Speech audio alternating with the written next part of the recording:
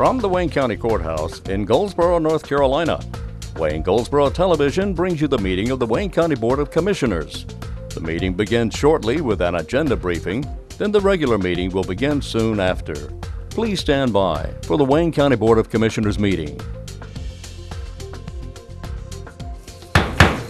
It's 8 o'clock, time to go over the agenda for today's Board of Commissioners meeting.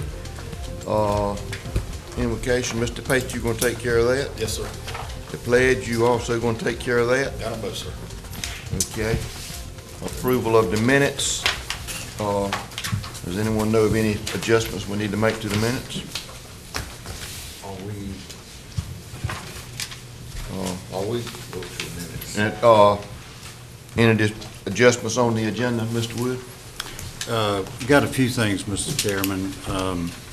Under budget amendments, under consent agenda, we had a meeting with Thoroughfare Fire Department, and we believe they can now afford the radios. They had renegotiated one of their debt instruments we were not aware of, and so after we met with them, Pam has an amendment to that budget amendment. Yes, we are actually changing the amount from what we were designating for Thoroughfare that was gone to OES, and we're putting it back on the fire department. So it is a number that we're changing on that. We're changing the budget amendment where it was OES at $63,379.73 to $28,400, and up in the fire department from $279,244.55 to $314,223.79. The total is the same, it's just the allocation is different. And that is on budget amendment number 108. So just to make sure everybody's aware of it, we had two fire departments that once we got the finance reports in, we had questions about whether they could sustain this additional debt. One of them was Thoroughfare and the other is Polly Watson. We've met with both departments last week. We still have some concerns about Polly Watson at this point. We're waiting to get some more information from them. So we're going to put that as being paid by OES instead of them for now. And but Thoroughfare showed us that they had corrected a situation, so we think they can do it, and that's why we're recommending you go ahead with theirs. Okay. Any questions? Are you all going to print out another budget amendment, or do you want us just to mark those in, or? We're having another one printed for Mr. Aycock to sign after the meeting. Okay. We just had this one in the agenda, so. And Mr. Chairman, under my comments, I'm going to give you an update on special assessments based on our meeting last week and some of the research Tommy and I have done. The other thing is that under my comments, I want to add a North County Utilities Commission complaint that I'm recommending we file. This is on a solar farm request. We think it's too close to the runway at Seymour Johnson Air Force Base, and the way that you deal with that is you go before the Utilities Commission because they're trying to get a certificate of convenience and necessity for that. That's their permit, and in order to hold a public hearing on that, request a public hearing, you have to file a formal complaint. And so I'm going to be requesting that y'all authorize the chairman and I to do that. And my understanding is that this particular one, that the base may have some concerns. Yes. But they are not through doing studies and whatever. It may not be an issue later on. But the base has got some concerns on this one. That's right. And that's the reason that we need to That's right. hold up on this one. And so what it does is the statute says that if we request it, that the Utilities Commission will hold a public hearing on it, and that's what we want, which will give them time, as the chairman said, to finish up their research, and we'll move forward from there. We're not necessarily saying no, but we need more time on this one. That's right. But it has not come before Shed or the planning board? No, and then after the Utilities Commission, it will come to you as on the planning board as well. Okay. Thank you. Because they have to get a special use permit from the Board of Commissioners for it. And no matter what the Utilities Commission does, the how local ordinance will control. Okay. We will need a closed session for 2 items, and Excuse me, Mr. Chairman. Mr. Doherty? A little clarification on that. So in other words, if we have a public hearing and this board determines that we do not want to authorize that solar farm, that is, First, the public hearing that George was talking about is before the Utilities Commission. oh, okay. But then you would sit as the Board of Adjustment to determine whether they get a special use permit. Has the base shown objections? I guess the best way I would characterize it is they've shown concerns, and they're in the process of studying it. Okay. And so the problem is there are deadlines involved here, and so we feel like the best way to preserve that is to go ahead and file the complaint, because all that does is say, and you'll see when I do the letter, is it's basically just saying we have some concerns about it, and therefore we're asking that you schedule a public hearing on it. If the base comes back before the public hearing is scheduled and said, our research indicates it's okay, we'll just drop it. We'll just drop it. I mean, So we- really, we're just trying to hold some time here. Hold some time until the base can get through. Because if we don't, the time will lapse. There's a deadline involved. And so in looking at it, Mr. Parker and I felt like the best way to do this was go ahead and file it, have a placeholder, then if we need to move forward, we do it. And again, it doesn't say they may hold a public hearing, it says they will hold a public hearing. So if we interpose this, we'll get the public hearing. Okay. All right, thank you, Mr. Chairman.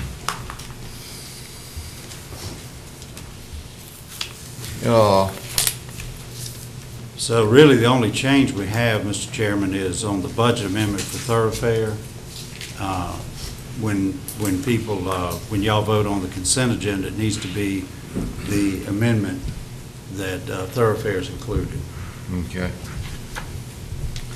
We can just take care of that with the other Yes. budget amendments. I mean, there's no, we don't Yes. need to single that one out. Yes, sir, that'll be fine. Okay, all right. Everyone else comfortable with the consent agenda? Any questions? All right, new business?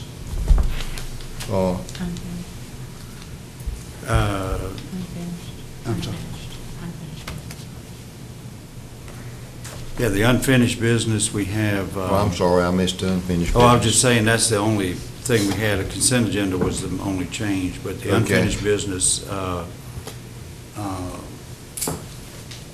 that's where we want to do the execution and delivery of the equipment schedule. This is for the radios that we're doing. Pam, anything you want to add to that? No, sir, we will be closing on that loan before September 27th. Any discussion on that? Okay. Consent agenda, On the consent agenda, we have a petition for addition to the state maintenance system for those streets listed. Then you have some more applications for elderly or disabled, property tax exclusion, disabled veteran, property tax exclusion, and then a property tax exclusion and a present use value. And all of those from Allen Lumpkin, they meet the statutory requirements, they were just filed late. And then you have a proclamation of Senior Center Month in Wayne County. Under new business, and Fred's here now, is Fred wanted to give you an invitation to the Bus Transfer Center ribbon cutting this Saturday. And then we have also a motion to approve an application for transportation operating assistance funds for Gateway, and Fred's here to explain that as well. I didn't know if you wanted to go over that now, or you wanted him to wait until the meeting, or... I think we need to probably wait for the regular meeting Okay. so, you know, the viewers at home can. Okay. Next item is David will be here to talk about the Health Department's new work week. And then the next thing he's going to talk to you about is the Medicaid Cost Settlement Funds presentation. This is a situation where the state is holding back roughly 10% of our Medicaid settlement every year. And it's gotten to the point that it's backed up for 4 years now. We're just now getting the settlement on 2011. And the problem is it's getting to be over $1 million. So this is happening statewide. And what it is so the state can come in and review our Medicaid reimbursements and then decide if they're challenging anything. And what we need to do is get that expedited. The state's taking entirely too long to do these things. So that's part of what he's going to go over with you to explain that situation to you. The next thing is a wages celebration, just doing a resolution honoring that, and then a resolution to approve Constitution Week. And we have a motion to approve a resolution authorizing the filing of an application requesting state revolving fund award for wastewater improvements. Mr. Mike McAllister with Municipal Engineering is here to talk about that. The reason that we're looking at this is as we get into some of the issues on our Genoa system, there is a state revolving loan fund that we can use for some of those repairs. The problem is it's a September deadline, and so if we're going to do it, we need to go ahead and file the preliminary application, and Mike and his people have been working on that, and then that'll be kind of a placeholder until we determine exactly what we need on it. But as y'all know, we've been doing the smoke testing on all those systems. We're getting ready to put the monitors in now. We have the money for that, but depending on what we find out as far as the smoke testing and nailing down what the repairs need to be, that's what we're looking at, trying to get some of this state money for that.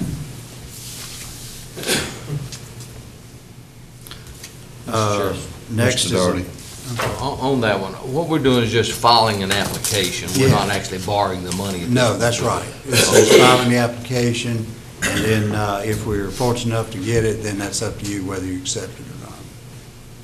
It is 0%. I beg your pardon? 0%. 0%? Yes. Well, that's a pretty good interest rate. That's why he's here. Okay. Next is a motion to approve a resolution requesting funding for the North Carolina Works Apprenticeship Program. Mr. Chairman. Mr. Mayor, a week or so ago, the NC Works Apprenticeship Program had been defunded, but as of yesterday, it has been refunded. And so right now, it's just got to go for a vote, but I've been assured by legislators that it's going to be good. So it's been funded, as I sent out on an email yesterday. It's been funded to the same status as the year before, last year. So we can remove that from the agenda this time. No, okay. And also, I want to say thank you to Marcia for hard work of getting this resolution done. You did an excellent job, but it was for preventive reasons. We didn't know if the legislature was going to sign a budget or what they were going to do. So I just appreciate everyone supporting the apprenticeship program and our legislators for stepping up to the plate and realizing the importance of this. Thank you, Mr. Chairman. Thank you, Mr. Mayor. And the last item we have is about a 7-minute video from the North Carolina Association of County Commissioners, just the update videos they give you. And that's pretty much the agenda. Okay. Anyone else have anything they need to add to the new business? Okay. 10 o'clock, we have our public comment section. Then we have the county manager's report and the Board of Commissioners committee reports and comments. And we do need to have a closed session. Can we take care of that between now and 9 o'clock? Yes. Okay. All right. Anyone else have any changes to the agenda? If not, do I have a motion we'll go in closed session? So moved. I have a motion we'll go in closed session. For the purpose of consulting an attorney to preserve attorney-client privilege and to consider competent performance of employees. Okay. All in favor, show sign of right hand. Motion carries. It's a little past 9 o'clock, time to conduct the business of the Wayne County Board of Commissioners for September the 15th. Would like to ask if you have cell phones or pagers or any devices that you either cut them off or put them on silent mode, please. Mr. Pate, I think you've had the invocation. I do, sir. Let's bow our heads, please. Dear Heavenly Father, thank you for a wonderful, beautiful day. We're meeting here today to conduct matters of business. Guide our hearts and minds in the spirit of fairness, right thought, and speech. Impart your supreme wisdom upon our activities so that our affairs may reach a successful conclusion. Thank you for being our source of guidance today. In Christ's name we pray. Amen. Amen. Stand and face the flag, please. I pledge allegiance to the flag of the United States of America and to the republic for which it stands, one nation, under God, indivisible, with liberty and justice for all.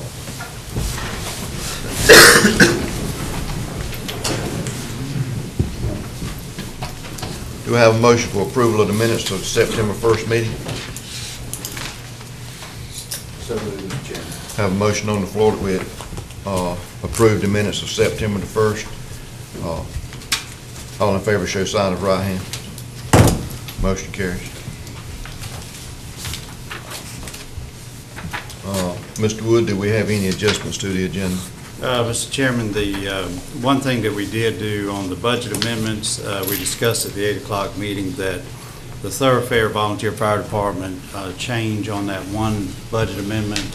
Pam, you want to go over that in a little more detail? Yes, sir. We had originally had the Thoroughfare radios being purchased under the OES department. We are changing it back to the Radio Fire District account number, and it is changing the one that was in the agenda from the OES from $63,379.73 to $28,449, and it's changing the original budget amendment on the fire department side from $279, $244.55 to $314, $223.79. And I did put a new budget amendment in each of your chairs. And the only other change is under new business, item number 8, at the request of Mr. Mayo, that was removed because that issue's been resolved at the state level. Anyone else have any adjustments to the agenda? Okay, if not, special recognition, Mr. Wood.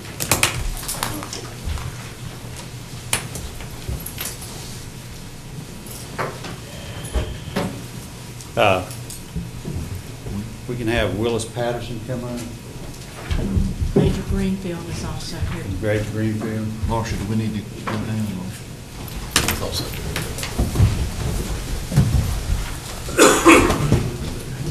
This is presented to Willis Patterson Jr.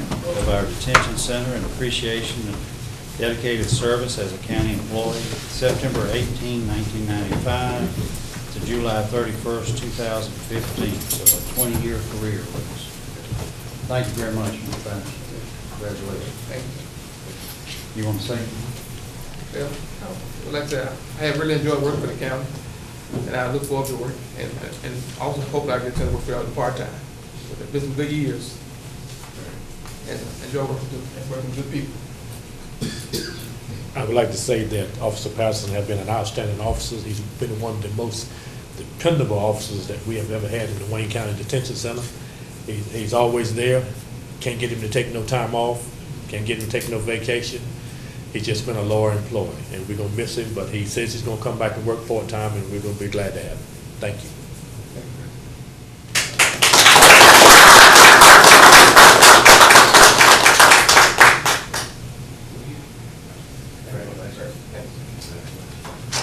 Before we open up the new facility. He said it's gonna be part-time. Yeah. Thank you for your service.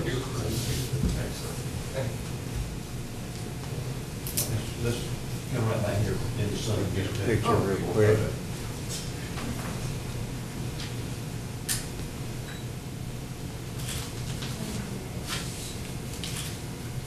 Thank you.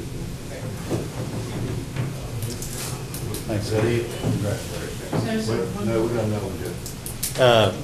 Got one more. As y'all know, when we went to the NCACC meeting, Kevin Johnson had recommended the county for an award. Unfortunately, Kevin wasn't able to be there because he managed to get appendicitis 3 days before the meeting, I think. So he was recuperating while we were there. But Kevin, they gave us the award there, but they also gave us an extra one for the cooperative extension. So we wanted to present this. This is from NC Cooperative Extension. Service County Partnership Award presented to Wayne County Board of Commissioners. State Award recipient in recognition of the outstanding partnership with Cooperative Extension through commitment of resources, inclusiveness in county government, and advocacy and involvement. August 22nd, 2015. First of all, we're glad you're doing better. Yeah, I'm glad to be back. And we want to thank you for submitting the county for this award, and we'd like to present this to you to put in the office. Put it up to date. Great. Thank you. Thank you.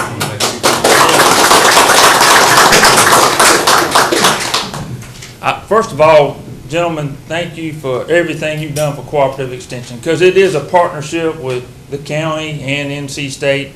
I can tell you I've worked in other parts of the state, and I would not want to be anywhere else but Wayne County. And I take pride in being in Wayne County. I've been here a long time, and don't plan on going nowhere.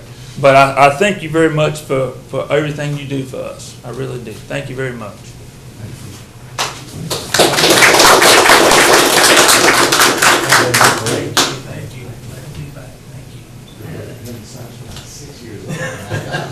you. Okay, thank you. Thank you.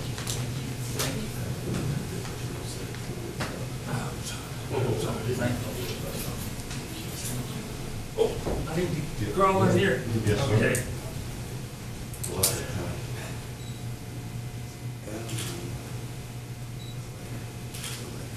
Thank you, thank you, thank you. That is, you can go back to it.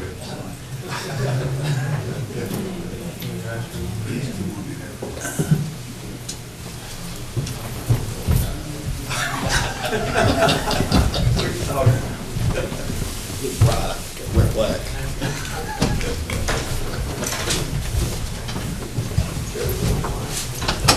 You'll notice I have the green shirts up. And we were gracious enough to accept the award since Kevin, couldn't be there. And we normally praise our staff and employees, but they ordered our shirts too small. They look. You can see it's coming. The shirts are too small, or we need to go on a diet. We're gonna blame it on the shirts. There you go. That's where that cool thing goes. We have two more recognitions I'd like to go over with you. The first is Jennifer Heath. Jennifer, if you'd stand up, please. Jennifer. To the back, just come to the back. Yeah, come on. Jennifer is our new Day Reporting Center Director. She comes to us with a tremendous background in this. She is a retiree from the state probation, and following that, she's been our court liaison. And so she's intimately familiar with the court system, has a good working relationship with all the judges, the DA's office, and has actually been somewhat involved in making the decisions about who goes into the Day Reporting Center operation anyway. So I think she was a natural fit for this. She's extremely well qualified, and we're delighted that she agreed to take the job. Jennifer, if you'd like to make any comments. I'm just looking forward to this new challenge. I've been the court liaison for about 5 years since I retired from the state. I loved that job. It was great. But I think my background, I have something to offer for this job, and I want to make this a successful. And we are steadily looking at increases our GPS numbers and managing our GPS equipment. And they have a great staff over there, and I'm looking forward to leading them. Anybody got any questions or? Mr. Chairman, I've known Ms. Heath for a number of years now, and she does a wonderful job, and I look forward to what she brings us for the upcoming years. Thank I've you. met with the judges, I've met with the clerk of court, the district attorney's office already, and asked for their input into anything they want to see change, and I'm waiting to hear back from them, so I think it's going to be a great partnership. Communication is the key. Yes, sir. Yeah. And I guess we're going to find somebody to take my place as the court liaison, but I'll be doing that job until we hire somebody to take that job also. Great. Thank you. Thank you. Thank you very much, Jennifer. Thank you, Jennifer. All the way back to ECU. The other announcement I wanted to make is that we went through a selection process for our public facilities director, and I'm happy to report that our selection is Kendall Lee, and as y'all know, Kendall was the assistant in that department. Kendall has a general contractor's license. He brings a lot of energy to the job and a lot of experience, and so we're delighted to have him on board and leading that department. So, Kendall, would you like to make any comments? Yes, sir. I appreciate it. I appreciate the confidence in giving me that position. I really do appreciate, I've been here a couple of years, and I really appreciate the commissioners letting us work on our buildings. We've got a lot of projects going on, repair to the buildings we already have, our new jail getting started, and just appreciate everything you guys do to allow us to do that. And got a lot of projects coming up, so I just really appreciate it. Any questions for Kendall? Just one. Just one? When's the elevator gonna be fixed? I wish I could answer that, but they are working on it. They are. We're about ready to shoot them. Yes, we are. That's an interesting one right there, but they assure us they're on top of it. Thank you. Okay. Thank you, Kendall. Thank you.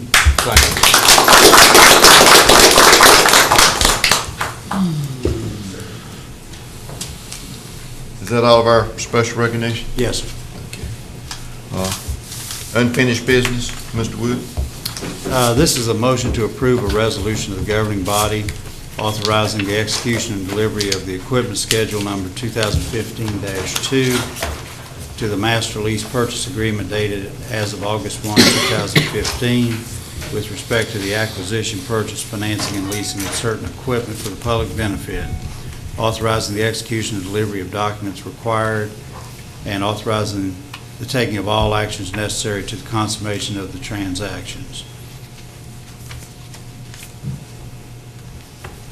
And Mr. Chairman, Mr. Doherty. I'll make a motion to approve the resolution authorizing the execution and delivery of equipment schedule number 2015-2 to the master lease purchase agreement dated August 1st, 2015. Thank you. We have a motion on the floor. Any discussion?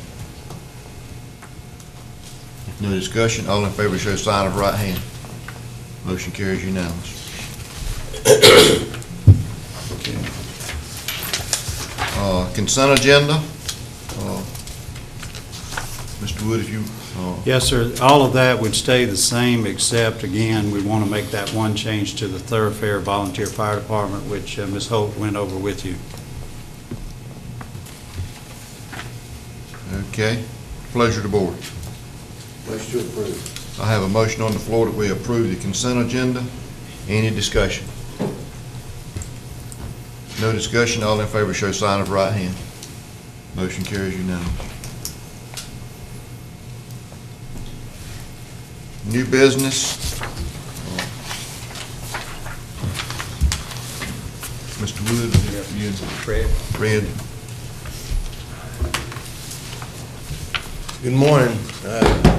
Glad to be here. I've got a few things just to briefly announce. As you all know, that we moved into our new transfer center this past Saturday, and I want to publicly thank the county and the city's IT department for helping us with the transition on computers and telephones and helping make that as smooth as possible. Still have a few glitches with the telephones, but it's not the county or the city's issue at this point. So I do want to thank everybody that's helped us with the move. I also want to give you all an opportunity to look at our new schedules. We're going with color code. They're all going to be different colors. We have a new system map. We have some ride guides. I'm going to be placing these downstairs on the first floor somewhere for the public to pick up. I do want to invite everybody to our ribbon cutting on Saturday morning at 11 o'clock. It's open to the general public. We'll have folks from the Federal Transit Administration, from the North Carolina Department of Transportation, and I would really appreciate y'all's attendance at that event. And we're also going to remind everybody, and I'll remind folks now, that bus service on Monday and Tuesday will be free to the public. So if you would, just if you want to get a copy of any of these, I've had them with me, and I'll put them on display downstairs. Anybody have any questions about the ribbon cutting or anything that we're doing at GWTA? Any questions, Mr. Doherty? Clarification in regards to that free ride, that's the urban. That's just for the buses, Okay. not the county vans. I will let you all know that we did get notification from NCDOT this morning to order. We are getting 2 new vans for the county service. They sent out the package for us to put together what we want on the buses. So we should be getting 2 new vans within the next 6 months or so on the county side. And this will be vans, not buses? They will be vans, yes. They'll be 22-foot vans. Okay. So if you just picked up one that's got red on it, what would it tell me in there? It would tell you where the red route goes, which right now, quite frankly, it's the bus that's going out Highway 70 towards Rosewood, ends at the Walmart. Once the Cherry Hospital opens up, bus will go to Cherry Hospital as well. But the system map, if you look at it, it's got all 5. It's got all of the routes on one map, and then it's got the individual different colors. You may not can see it from where you are. The individual colors, where they go, some specific time points at some of the major stops, and along those lines. All the information is also available on that website, ridegwta.com. It'll have all the specific bus stops, where they, what times most of them, the buses get there, and so forth. So we're real excited. This was something that we did not have in the past, where it was easy for the public to see that information. We also have a ride guide that we put together that gives the public information about how to ride the service, how much the fares are, both the city and the rural service, some do's and don'ts on the buses. So we're excited about that information is available. And it's also available in Spanish if you need that.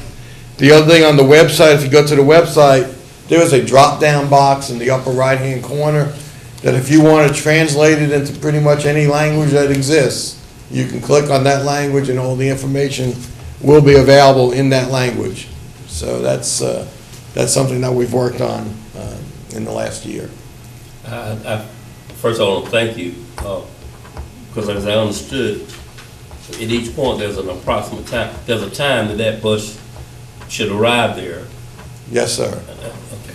Yes, sir. You might have to interpolate between 2 stops nearby, but you'll get a much more accurate picture as to what time the buses will be there. If you could make available the guide and the system map, a copy for each commissioner, I think that, if we get time, we can look at it, and I think I definitely will get that. Matter of fact, I will make sure I'll leave enough for everybody before I leave, and give it to Mr. Wood or Marcia before I leave.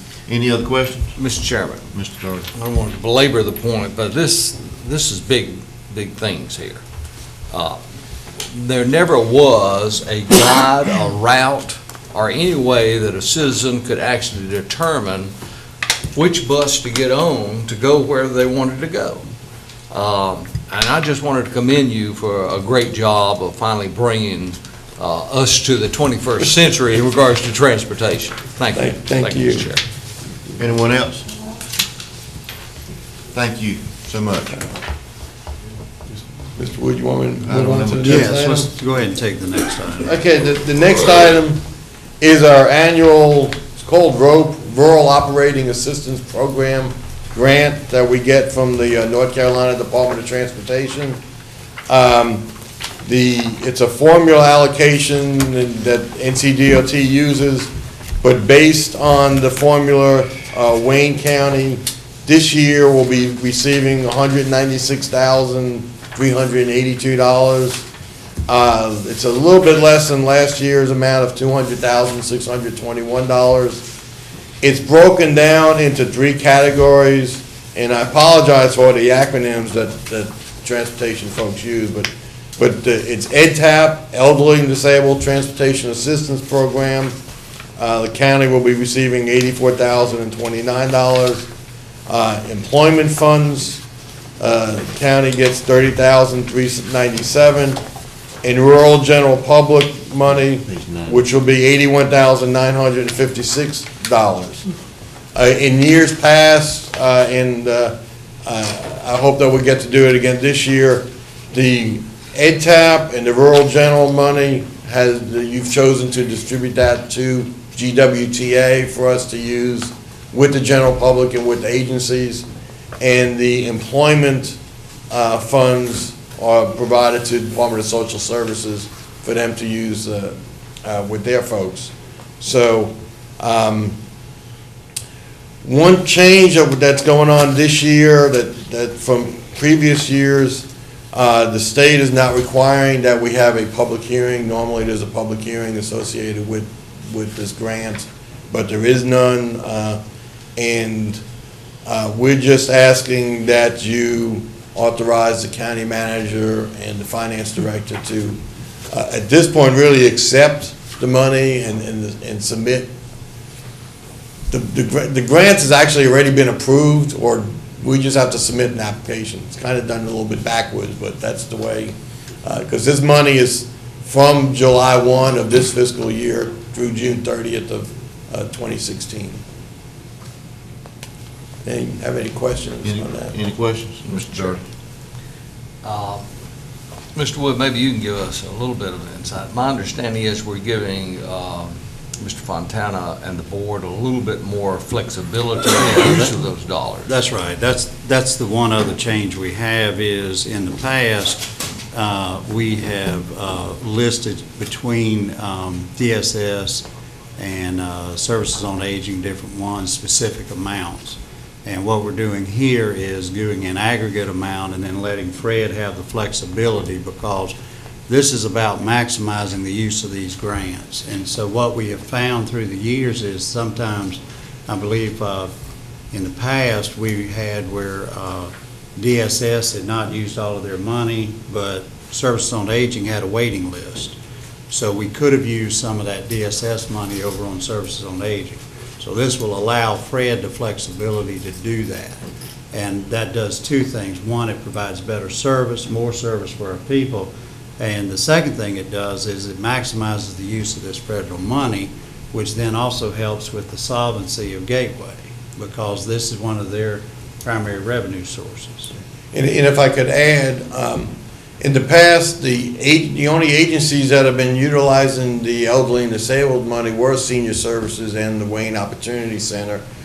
We'd like to extend it, actually, and it should be, to all agencies in the county that serve the elderly and the disabled populations. Veteran Services, Vocational Rehabilitation, some other agencies that might have clients that meet the qualifications to ride the system, and the agencies would then get the benefit, whereas in the past, that opportunity had not been available. So again, he's expanding the service. It won't cost us any more money. It will just make better use of this money that's coming from the federal government. Thanks, Mr. Chair. Any other questions? This actually is money from the state government. Excuse me. Any other questions? Thank you. Thank you, Fred. Yes, sir, I need a motion on this item. Mr. Chairman, I'd like to make a motion to approve application for transportation operating system fiscal year 2016. I have a motion on the floor. Any other discussion? No other discussion. All in favor, show sign of right hand. Motion carries unanimous. Thank you, Mr. Fred. Thank you. Number 3, Mr. Wood, I think you and Dad. Yes, David's going to make a presentation to you now about his new work schedule.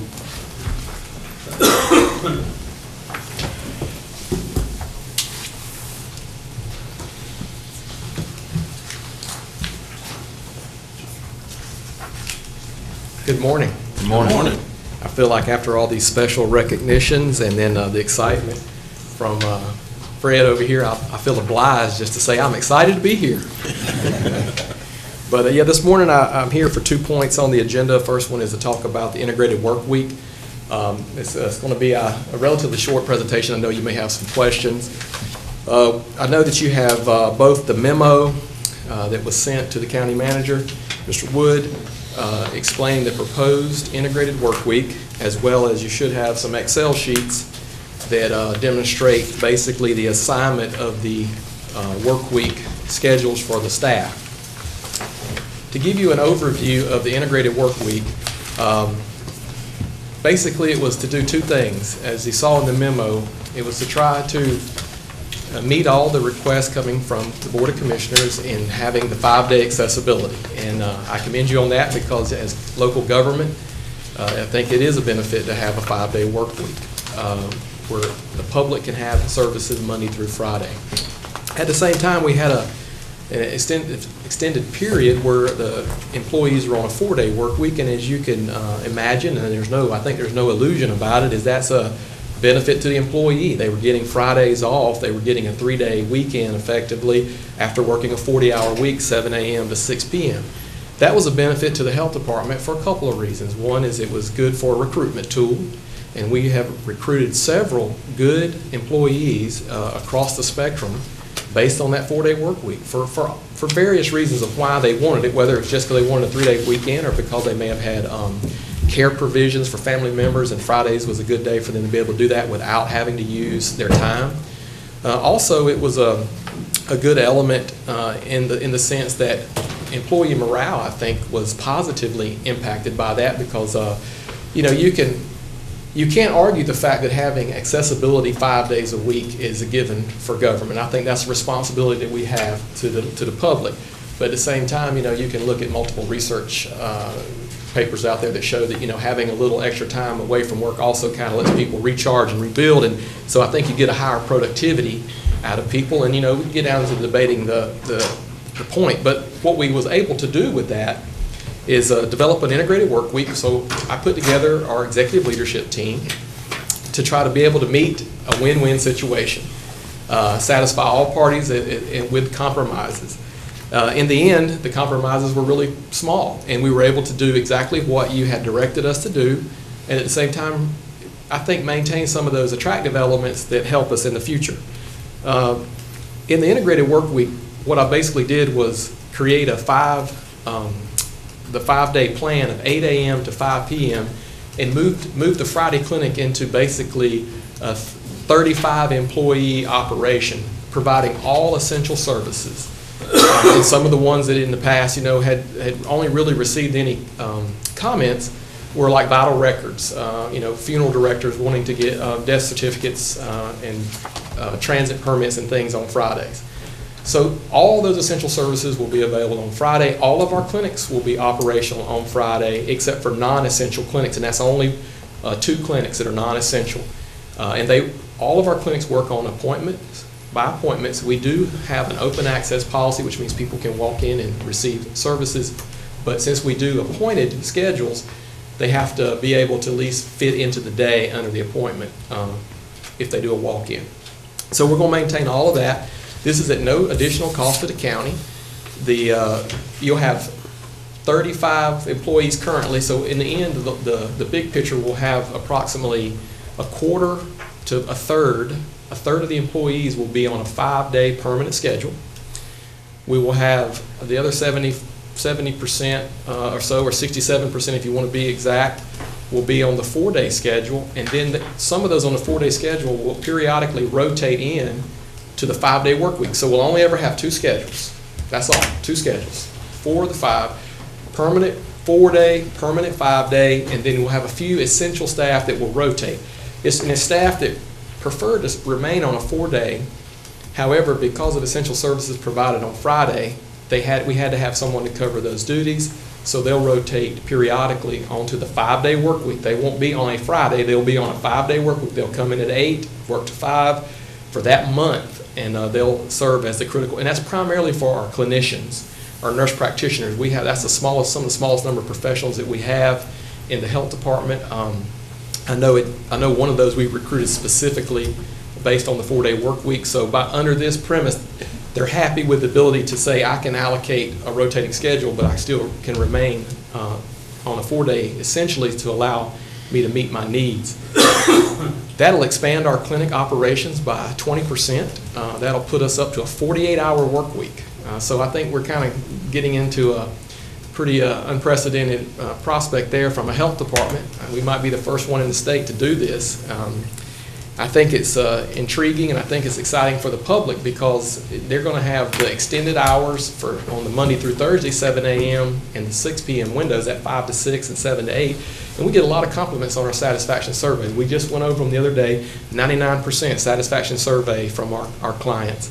And that was with a 57% return on a survey. So that's a good return. So anyway, we'll be able to do that. It won't cost any more dollars. And at the same time, we're going to expand by 20%. I think employee morale is at an all-time high, thanks to you and the generosity of the recent adjustments for this year's change, along with the fact that you're considering allowing us to be able to develop this integrated work week and maintain some elements of the previous schedule while satisfying your needs. So I'll open that up for questions to the commissioners. Any questions? Mr. Chair. Mr. Mayor.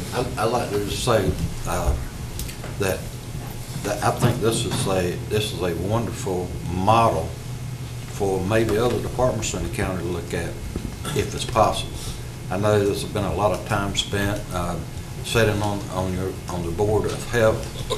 I see what you and your staff have, and we've talked about this at our meeting, about how can we do this without hurting the services to our citizens. I think this is a perfect example of collaboration and thinking outside of the box, if you will, to meet the challenges. So I thank you and your staff and everyone concerned to come up with this. I think it's a fantastic schedule. Thank you, Mr. Mayor. One question I was going to ask you. So what happens is that you did away with the flexible work day. In other words, people can't come in and work during lunch so they can get off early. What you did is you went to a straight day, 8 to 5. Is that right? Yes, sir. Okay. Just want to make sure that's clear because some people may get the interpretation when you retain the 4-day work week, it may have included the flexible work day. It does not. No, that's a good point you bring up. Let me just add a few details to that for clarification. You're exactly right. Under the previous model, there was some drawbacks, and one is, of course, we have single-parent employees that have child care and daycare issues, and of course, not all daycare is open before 7 a.m., and not all of them stay open past 6 p.m. Matter of fact, very few stay open past 6 p.m. If you do, you have to pay additional funds. So what we end up having to do to be able to satisfy the employees' personal needs with their child care was to create alternate work schedules. And I'll be honest with you, they were a mess in my opinion, and I saw it from the beginning, and we were already trying to address that. We even developed a policy to start evaluating those alternate work schedules. So the caveat of that was, but what do you do because they have child care? So when we went to this integrated work week, it was really kind of a blessing in disguise, because by going into the 5-day rotation, all the people that was on alternate work schedule went to the 5-day. Now they're under any other 5-day plan, and so their child care needs are now manageable because they do open at 7 a.m., 7:30, where we're already starting work by that time. So that was able to satisfy those parents' needs, and at the same time, but it didn't change anything on our end as far as quality of service, staffing, efficiency and so on, and it got away with all those messy alternate work schedules. I had some that would have to come in at 7:30 and take a 30-minute lunch. I had some that would come in at 7 and take a 30-minute lunch and leave at 5:30, depending on what their child care needs were, and other things like that. And it just got confusing for managers to try to navigate, and sometimes, it made it where people could take advantage of that schedule. So by getting away with that, we have two schedules. You're on one or the other. Mr. Dart. I commend you. You've done a great job here. Some of the question I have, though, is, and you brought that up, I could not quite understand how you could work on a 4-day schedule and be up that early in the morning and handle your family duties and daycare and that type of thing. So with that in mind, did you find, as you implement this, did you find that you had volunteers wanting to go to the 5-day? Yeah, we did. One thing to elaborate on that point was we really vetted this idea thoroughly through the executive leadership team at the health department. I mean, we had extensive meetings. We even planned and drafted up multiple models that we assessed for the benefit of both your satisfaction and trying to satisfy our staff. What I did was send out a survey, and I got an 87% response back from my staff that had 5 integral questions that basically said, which schedule would you prefer? How would this meet your needs, productivity, et cetera? And in the end, I had a couple people that basically said, a 10-hour day is a long day for me. It really is. And they were honest. They gave very good feedback. Said, towards the end of the day, I'm pushing it to still be productive. So those people volunteered up front. Hey, I'll take the 5-day, and I'm happy to do it. That's why I said it was a really good morale booster, because it kept those that wanted to run the current schedule, but also allowed those to get the new schedule. And it was a win-win across the board. So there wasn't anything where you had to force certain people to go into a certain schedule. You really had volunteers. We had volunteers. Now, the ones that were on alternate work schedule, from the very beginning of the plan was to move them to the 5-day. So it really wasn't optional there. We decided to move them to the 5-day because they couldn't meet the current schedule. Right. So that was kind of a given, But decision. the compromise there on that, and I don't want to get too much in the weeds, but the compromise there was the fact that where you alternated on a monthly basis, 5-day, 4-day, is that correct? Not for the ones on alternate work schedule. The ones on alternate work schedule were moved to the 5-day. They started basically the foundation of the 5-day work week schedule, because again, they could not meet the 7 to 6 schedule anyway. So by doing that, we moved them, and then we had several volunteers that moved to the 5-day, and the ones that are on the rotating were the ones that wanted to wanted to maintain their 4-day schedule, but because of their position, they were critical to a Friday operation, such as a clinician. My clinics don't work if I don't have the provider there. Sure. So they were explaining that under this premise, you could keep your 4-day, but we would be on a rotating cycle based on the number of staff, and you would do it on a month window. So that month, you're on the 5-day work week, and you're covering your Fridays. Right. And then we have backup plans and things like that for coverage in case of illness. And one final thing, if I might. You went through that very quickly, but I want to bring you back to some of the comments that you made. And one of those was where you stated that your survey that you did, which you had a 57% return. That's the patient satisfaction survey. But that's something you need to boast about. Yeah, yeah. I mean, when you really attain something good, you need to kind of toot your own horn here. 99% satisfaction rating with 57% return. That means that 57% of the people that availed themselves of the service returned a survey and said 99% of them said we're very satisfied. Say we're very satisfied or satisfied. You can't hardly do any better than that, David. No, you can't. I mean, great job. Thank you, Mr. Chair. Mr. Pate. You know that I was an advocate for a 5-day work week, and I knew that wasn't going to be popular with a lot of people. But I felt as well that we had a responsibility to our customers. But I'm glad you were able to work out this, because you're still sensitive to your employee needs. And the fact that you're able to expand the service by 20% with no more cost is good, great management. And I appreciate that. And I agree with Mr. Amayo that this may be a model. I've studied this thing hard because he allowed me to take a look at it, and I really do like it. And on the survey, typically you only get 20% back, typically. So if you got 57% back, then that's really great. But I just want to commend you and your staff for working on this and finding something that not only, like I say, is sensitive to the employees, but meets the demands of our customers who we are here to serve. Thank you, Dave. Thank you, Mr. Payne. Mr. Marty.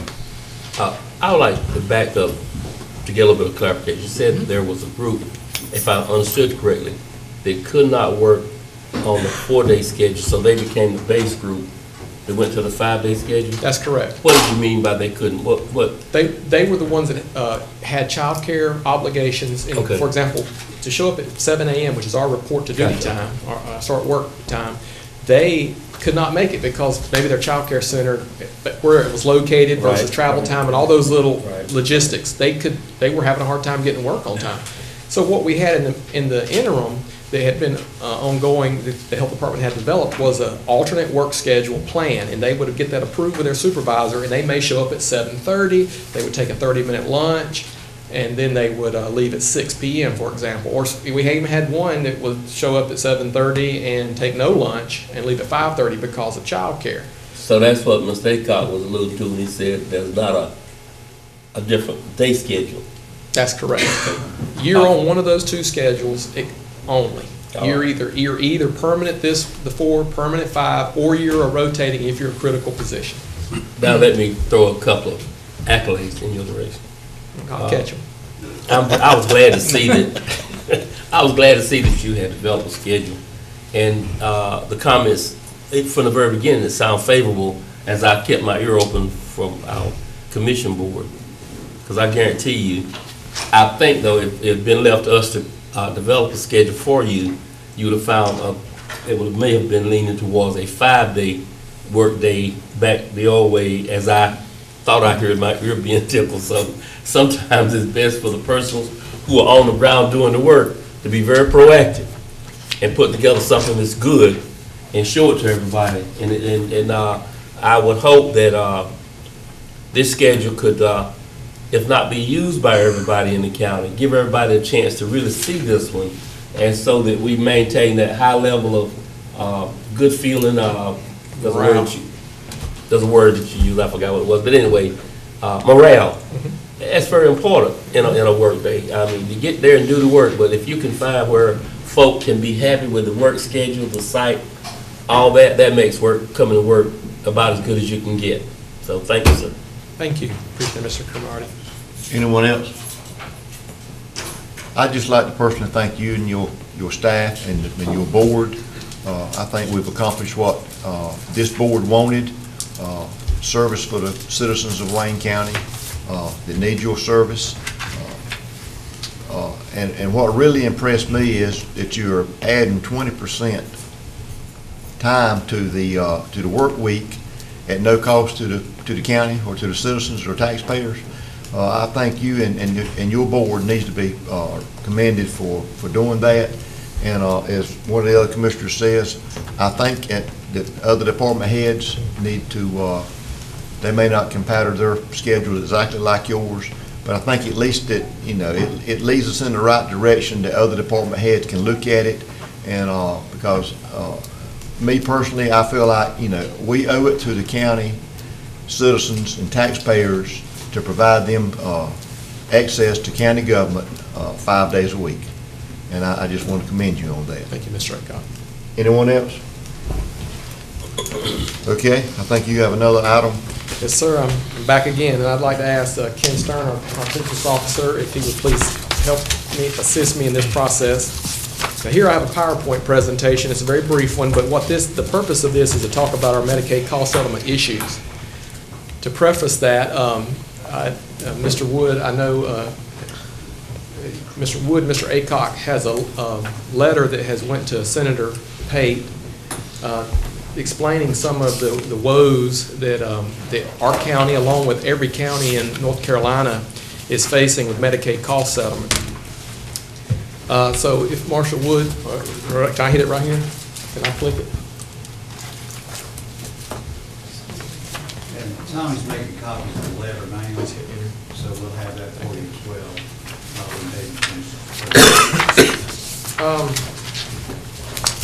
Basically, I wanted to start off with the Medicaid cost settlement understanding real quick before we move into just really the issue at hand for your understanding. What is Medicaid cost settlement? Well, in a nutshell, it's a cost study reimbursement model, and what it does, it provides us additional payment to the local health department for our Medicaid services based on our costs, because our costs are usually always greater than what we get paid. And the reason why is because we function as a safety net provider. I mean, they used to use the term the provider of last resort. I don't like that term because it's got a derogatory premise to it. The health department is here to serve the public, and the public is everybody. But we do serve across the spectrum, and we do have high-risk clients and things like that we serve across our different clinics. But because of that, under mandated services, we have a cost we encumber regardless of what we want to do, because we have to provide those services by law, and those services takes professionals. The cost of those services, and we try to be frugal and we try to make good business decisions, but we're also mandated to jump through every little hoop there is on paperwork, documentation, and the time. So when you calculate all that into the cost of me providing one service to say Mr. Pate over here, and you add in my extra education time, the administrative fees that go along with that, and everything else under a cost analysis, our costs are always greater than what we get paid, because we accept the Medicaid rate. And when we even credential ourselves with insurance companies, a lot of times, as you know, they'll send you a fee list of basically reduced fees, and they'll ask you to accept that as your agreed upon fee. So it might be $250 to do an over-service. They may send us a fee to say, well, will you take $178 for it? And we'll say, well, we don't really have much of a choice, do we? If we want to work with the insurance company, we'll have to take that. But the end, the caveat with us versus private business is we cannot deny services, and we can't turn people away. So with that, where it's currently got us here is into the sense that every year after we establish our costs and provide the services, so it's retroactive, and it's 2 years retroactive, so be mindful of that, 2 years. The Division of Medical Assistance, DMA, does a cost report with us based on the cost of our services, and they look at what we received as revenue, and they look at the difference. And what health departments do in order for us to be solvent and talk about sustainability is we get roughly 67% on the dollar of that difference as settlement back to us, and it's called Medicaid maximization, and that allows us to recoup most of the costs back so that we can continue to provide essential services. In 2011, 12 is when it came out, they began to, was 2012? Fiscal year 2012. Fiscal year 2012, thank you. That's why I bring him with me to tell me the right answers. In 2012, they started doing a withholding, a 10% holdback on our settlement. Now, we'll look at that just in a moment. But just to give you an example, I'm going to pull up a spreadsheet here in a moment, but just in 2011, settlement, for example, was $1.1 million. So they held back 10% of that, which was roughly $100,000. That's just to make it clear, that's the county's money, okay? They held that because they started doing desk audits. That was the plan of Medicaid. We're going to begin doing desk audits on this money to make sure that we haven't overpaid you for your services. And if we determine that we've overpaid you, we're going to recoup that cost and that 10% holdback. That way we don't have to give you the money, take back the money, and go through this whole process. Well, isn't that convenient, though? We never get the money. We'd like to have it. If you want it, you can take it back, but they want to hold it up front. Well, the problem with that is they said that they would give us that money no later than 18 months. And 18 months would be the maximum time they would hold our money and give it back to us. If they had no findings in 18 months, we'd get our 10% back. Now, if they found out that they owed us more money, they would send us. But we haven't seen any money yet. So my point starting going that is it's 4 years now, and we have just got our first 2011 payment notification for the 10% reimbursement. But let's talk about, on this slide here, I mentioned a lot of it, but I just want to hit a few of these highlights. Cost settlement is critical to us. When I say critical, I mean life-sustaining, because it's critical for our ability to be a safety net provider. It makes up approximately 35% of our revenues, of our operating revenues. We are mandated by law to provide services at no reimbursement. Okay? And our cost, as I said, is higher usually than our revenues, because we deal with high-risk clients in a lot of our services as a safety net provider.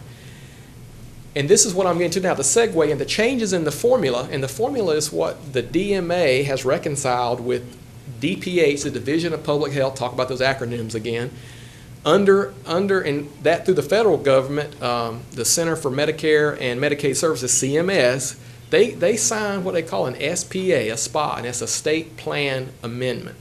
And that amendment is basically, we agree we will use this formula to pay you this amount of money for the services you provide. That's simply all it is. You come together and you say, okay, how are we going to reimburse you? We're going to add these, carry the 1, add a 2, and in the end, you'll get this payment. Well, changes to that formula, or even misinterpretations or reinterpretations, or whatever the word you want to use for those formulas, can be catastrophic to us. And this is what's kind of going on now. Here's a spreadsheet that Ken did to give you a breakdown of what we're looking at. And we'll kind of walk through some of that. You want to walk through some of that with them? Sure. Okay, I'll let you walk through some of that since you did a spreadsheet. This just gives us a little history of our Medicaid cost settlement over the last 10 years. As you can see, along with from 2006, it's steadily increased as far as our Medicaid cost settlement, which is good for the county.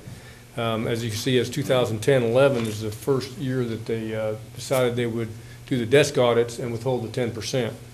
And so we're looking at now $307,444 amount due, those 3 years worth of 10% payments back to us, which they're still performing the desk audits on. They completed the desk audit on 2010-11, and they gave us a notification of pending payment of about $142,000. So actually it's $30,000 more than the 10% they withheld. They determined based on the desk audit that we were due a higher settlement than was initially calculated. And that's based on our unduplicated encounters. That's the unduplicated patient visits that come through the health department a given year. We just have the data here for 2011 because that's determined at the desk audit. But as you can see, it shows that 54% are unduplicated Medicaid encounters. And that's part of the formula they use to determine our Medicaid cost settlement. Basically, we would be settled on 54% of our total cost of operating providing services, since 54% were Medicaid. Doesn't settle us on the cost of providing services for self-pay or for regular insurance. Okay. Where does that put us right now is, as you saw in that letter that went to Senator Pate, is that right now, currently owed, we have $307,000 outstanding, again, that is our money, the county's money, and several of these are much more delinquent than 18 months. When you factor in this year's cost settlement, that would be somewhere in the ballpark of, with the 10% withheld, would be somewhere around $900,000 based on previous numbers. Because if you look down at the bottom of the spreadsheet, you'll see the average amount received from fiscal year 9 through 13 is right at $958,000. So we're at $1 million. So 10% of that, withholding. So we're at about $900,000. You factor that in with our $300, and we're at $1.2 million of money that the state has that belongs to us that we can't get. And we've already provided the services. That's part of the critical issue. The reason why I'm bringing all this up and making the presentation is because I feel like we have to take some action on our behalf. I don't feel like the resolutions going on now has been satisfactory from my position, and I'll give you a brief overview of that. For the last several months, the Association of Local Health Directors, of which I am a part, has hired an attorney. We have a fund that we keep on hand to hire legal representation in the event we need to lawyer up. And in this case, we've started that process. But being in the position we are as local health departments, working under the mandates of the Division of Public Health, working for the county, we try to do what every good person does, is dance around delicately and try to be respectful to the process. But DMA is a state unit that is the one that's examining these numbers. I'm going to try to summarize real quickly some of the detail, talk about the weeds, Mr. Daugherty. I'm going to give you a little bit of weed data. the main issue is when they started doing these desk audits, it was really intended to think that maybe they had been overpaying health departments, and so that's why the withholding started. As you can see from what Ken said, the NPR notice of reimbursement to us, it was just given for fiscal year 11, was actually $30,000 more than what we even calculated. So that means they owe us more money for the services we provided based on our cost. When they agreed under that state plan amendment to pull the data, they agreed to use a system, a data system called Drive. Now this is not that important to remember this, but just follow the process. Drive is where they extract the data to calculate the duplicated services, what we need to cost versus payment, etc. Well, DMA is using the Truven system. So it's two separate systems they're using their data from to say that we owe money or that we can't have our money. The problem with that is they cannot reconcile the discrepancies between Drive and Truven. So they got two systems up there of data that they're pulling from, and they can't get them to reconcile, but we're getting penalized for it. And when we got our legal parties involved, it was to negotiate why. Because really what it boiled down to was DMA and their auditors have evaluated the formulary, and they're using this term upper statistic. That's what they're using for formula effectively. And they have a disagreement with that upper level statistic. Our team that has done this for years with agreement, the federal government, CMS, the federal Medicare system has no problem with how we're getting paid. The cost is in the way it's been factored in. They have no issue with it. The state has an issue with it, the state of North Carolina. And the problem with that is last year, all health departments across the state, 85 health departments, got a cost settlement dollar of $57 million across the board for their overage, or for their underpayment. With the way DMA is currently, the state, the way they're currently doing it, they're talking about this year's settlement would be $26 million. That's a $21 million loss to the health departments across the state, $21 million. Now this is the state recognizing this. Now we asked them, what are you going to do with the $21 million? We're going to send it back to the federal government. Why? Because your system doesn't agree with our system. So in the long short of that is, I want you to understand the critical side of this issue. Understand the importance of it. You know, we as health directors, you know, we're here to provide services and do the best for the citizens. You know, we don't want to get into the boxing ring with everybody, but people are constantly taking jabs at the funding that we have. We run on a shoestring budget all the time. And at some point in time, you know, you just got to man up and put your heels in the ground and say, you know, we're not going to do this, because no one can give us a justifiable reason why. There's just a matter of discrepancy on this upper level statistic, which no one can clearly explain. My last point from about DMA is that when they were going to send a question to the federal government, CMS, about this reconciliation, we asked one simple thing of them. Can we see the question? Because you know the answer is always 100% dependent on the question. We asked them a very simple courtesy. Can we see the question before it goes? Absolutely. You most certainly can. To this date, we have not seen the question, and the question has been submitted to CMS. There's a problem that we have. We got $1.2 million at stake here. It's our money for services already provided. And so, I mean, I think the commissioners need to be well aware of what jeopardy that puts Wayne County in, puts the citizens of Wayne County, and puts you in, because in the end, that money is what we use to hire staff and buy supplies to provide the services we're required to by the law in North Carolina. And if that money is diminished by $21 million and we take a 50% cut in our Medicaid cost settlement, we're at risk of losing staff, or the county's put in a position of having to make up the difference. And that's on an annual basis. So I'll open it up for questions. I know it's kind of heavy, but... The only thing I wanted to add is we give you the letter. David drafted this up. I made a few minor adjustments, but and one correction. I had told David we send it out. We have not sent it until this meeting, and then the chairman would sign it, and then we'll get it out. Okay. I was supposed to come sign it yesterday. No, that's no problem. But I was going to come late in the afternoon. It wasn't going to go in the mail till this morning anyhow, so I'll take part of the blame, but it will go out today. But I just want to reiterate what he said. I think we do need to call this to Senator Pate's attention, because I mean, if you think about it, this is a presumption of guilt. That they're withholding 10%, assuming that you're wrong. And then as it turns out, you're not wrong, they owe you more money, at least in 11. And so this process is so cumbersome. I mean, this is ridiculous. We're almost into 2016, and we've just now gotten settlement on 2011.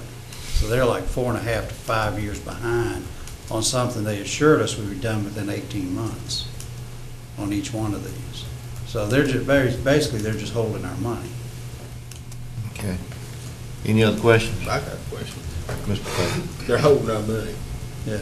And I don't know if they can do it or not. While the state's holding this money, are they drawing interest on it, or is this an account that can't be? Well, it's 1%. I'm sure we're not getting any interest on it. No, I just wonder if the state's getting any interest on it. You spread that across the whole state. Now We've talk made a lot joke of money. about that, but to talk about your question about whether it's legal or not, that's what our lawyer and DHHS, the Division of Health and Human Services, which oversees DMA and DPH, their attorneys got involved and they're evaluating this process. And that's one of the big questions that's just recently come up. Can you do that? Can you even hold their money back that long? If you tell them you're going to hold it for 18 months as an audit process, and then you don't release that money, can you even do that legally? And that's the other issue that we're trying to get answered. So that's a good question. And if they are getting interested, when they do pay us, we should get that interest. That's just my. Well, that's why I said, it's up to you if, you want to examine this with the Association of County Commissioners. We're kind of a subsidiary group to the Association of County Commissioners. We partner with them, but in the end, because you are the commissioners, you have a strong voice among that group along with your legislator. So, and one of the things David and I discussed was taking this up with the association leadership, because I think it's something that's statewide is a problem. And this letter to Senator Pate will be a starting point. And excuse me. And let's get this out to him and Mr. Wood, Tommy, and this board will look into what process we need to take to try to correct this. Because we're not the only one in this situation. There's 99 other counties that I would think is in the same situation. Everyone is in the same boat as we are right now. And I would think that's probably some of the larger metropolitan areas, their figures is even higher than ours. So I think, let's get this letter off to Senator Pate so he can get the ball rolling and see what happens. I got a comment Joe. about the question. David, if you step outside your area just a little bit, how does this affect EMS and Waynette? Can you speak on that? I'll speak a little bit on that because that's a good question. Because I talked with Pam this morning and they said that you've already received your cost settlement, but on my last conference call, we understood that so far there's been several counties that this 10% withholding has started happening with EMS services, and they're now auditing them looking for the same thing, and DMA is saying they also may be in payback situations and they're starting to withhold their payments. So I think that's going to be the double whammy, is they do that for your EMS services in the county. We're even further impacted because now you're under the same boat as we are. You're having to provide these services. You don't have the option, and they're going to hold back more money. And I know that's going on right now with a couple of counties. We're fortunate that I think we've got ours for this year. Yes, but not the holdback part. We just Oh, got so they did do the holdback. No, we don't. We haven't received the holdback. We received the lump sum that we would have received. Okay, but they did do a 10% holdback? Yeah, they've been doing that for a while too. See, so you're still, EMS is under the same window that we are, and I think that's the even critical point because it's not just us, it's two agencies. Well, I think if we're going to address it in the letter, we probably need to put an ad in the letter as well. And I do know from Medicaid is a big issue across the state, and I do know they're addressing it. And it's larger than any of us probably can comprehend this morning. Sitting on the hospital board, participating there's the same discussions there, and it's a huge problem across the state. I do know the state's addressing it, even through the processing part, even who the vendor may be. So I know it's an issue, and we're very lucky to have Mr. Pate in the Senate from Wayne County, working so diligently on these problems. Mr. Chairman, I just asked from the last paragraph, maybe somebody could wordsmith that and soften that up a little bit. I'd humbly appreciate that. Mr. Wood, you and Mr. Parker and Marshall. Yeah, I'm not sure what you're wanting to do there. I just like to see if we could, since we're seeing it, Mr. Pate kind of softened it up just a little bit, that we asked for his help in this matter, but using words promptly and stuff was a little out of bounds. You want the word promptly taken out? I appreciate it.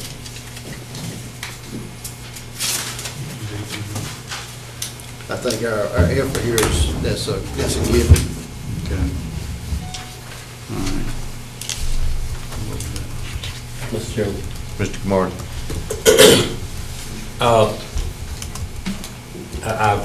If my colleague would like to have that word taken out, we might want to substitute one then that would say, solve the Medicaid problem in Wayne County. I'm not in Wayne County, in North Carolina, or maybe in the United States. We've been relatively quiet on this board about Medicaid over the last several weeks, maybe several months, because we've been promised, each time I come in contact with a state representative, they said we were working on the Medicaid problem. We did not accept dollars that could come to North Carolina, that any problem we have right now with $100,000 might be pale in comparison to the good that we would have gotten if the group in Raleigh had moved forthwith. And so promptly, forthwith, we could put a lot of different words in there, but maybe we just need to put one in there that says, please solve the Medicaid problem, stop promising us, so that we can move forward with that 400,000 or 500,000 people that can be served if we had accepted things that Oklahoma and Wisconsin and California are going to be getting in our place. Okay. Just a little editorial there. Anyone else? Any questions? Okay. Thank y'all for your information. It is a little past 10 o'clock. We've passed our 10 o'clock public comment time. If it's all right with the board, let's go ahead and get the public comment section out of the way, and then we'll take a 10-minute break. Okay. Like I say, it's a little past 10 o'clock. Any citizen that would like to make comments or remarks? Correction. Lonnie Casey Jr., Chairman of the Watchdog Department. I'm not through yet, Mr. Casey. Yes, sir, I'm sorry, sir. If any concerned citizens that would like to make comments, feel free to come forward. You're allotted 4 minutes. Keep your remarks in order, and no remarks that would, I feel like would threaten or degrade any of the commissioners. I would appreciate it. Okay, Mr. Casey. Sorry, Mr. Lonnie Casey Jr., Chairman of the Watchdog of Public Funds. I have to set the record straight. We told at the council meeting, not the last one, because I was with NAACP meet the candidates last Tuesday night. Mr. Allen made some false statements up there. He said that we had, the case had been dropped against him. That's wrong. We have been assigned the supervisor of special investigations with the auditor's office to Mr. Allen's case. The sheriff dropped the ball on his end of it. The DA's sitting on it on his end. But the case is far from being over, gentlemen. This man is a dictator. Nobody in that city government, they promised first to put everything transparent like you did. 2 weeks later, Mr. Allen decided he wanted to go back in there where they want no cameras. He didn't want the public to see how they spend their money. Well, I want to set something else straight. He gave me credit for that letter to the election board, which I signed the letter. But Ms. Barnes and myself done that letter. I did the first part, our group did, Ms. Barnes did the last part. I signed it and turned it in about him using Chuck instead of his legal birth name running for mayor of the city of Goldsboro. Gentlemen, don't give them any more money. With $380,000 change orders on Center Street, we do not have any money to pay. That was from Kate and a council member. Y'all keep giving them the money. Y'all gonna have to bail them out. We're tiptoeing around the quicksand right on. Mr. Allen bankrupted the city with streetscape. That was his idea. Liquor by the drink and beer, he made the announcement in there himself. But this is far from over. The DA, that special investigator and I are in contact about every other day. He wants to know why Matt hadn't done his job, why the sheriff's department didn't do their job, because I have checked with the witness to the contract that the city wrote that was really wrong about deleted items from the country, because there was nothing deleted, but 4 pictures on the wall and a piano that didn't belong in it. The other $10,000 of it disappeared. Gentlemen, y'all put that in your book, but don't keep giving them our money, because y'all gonna have to bail them out. We tiptoeing around that quicksand right on. But give Ms. Barnes credit for the one about wanting an investigation of Mr. Allen for using that name, because I just signed it. She wrote that on it, and I agree with her 100%. If you're gonna represent Goldsboro, use your name. Don't go using the alias. Y'all have a blessed day. Thank you, Mr. Kesty, for your comments. But I would appreciate it if you would, this is that, you know, you keep using Mr. Allen's name. I don't have a dog in this fight, other than being a commissioner. But the actions of the city, we do not have control over a lot of the actions of the city. And I think that you need to be taking this up with the city.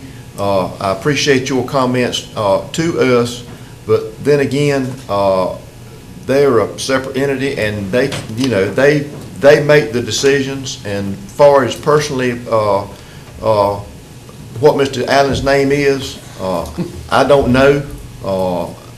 You do know, he give you a bad check. He'd never give me a bad check. He give us the tax office. Well. And everything in the tax has to be registered deeds is in his name. Okay. I'll cover that. Okay, thank you. Anyone else? This is ridiculous.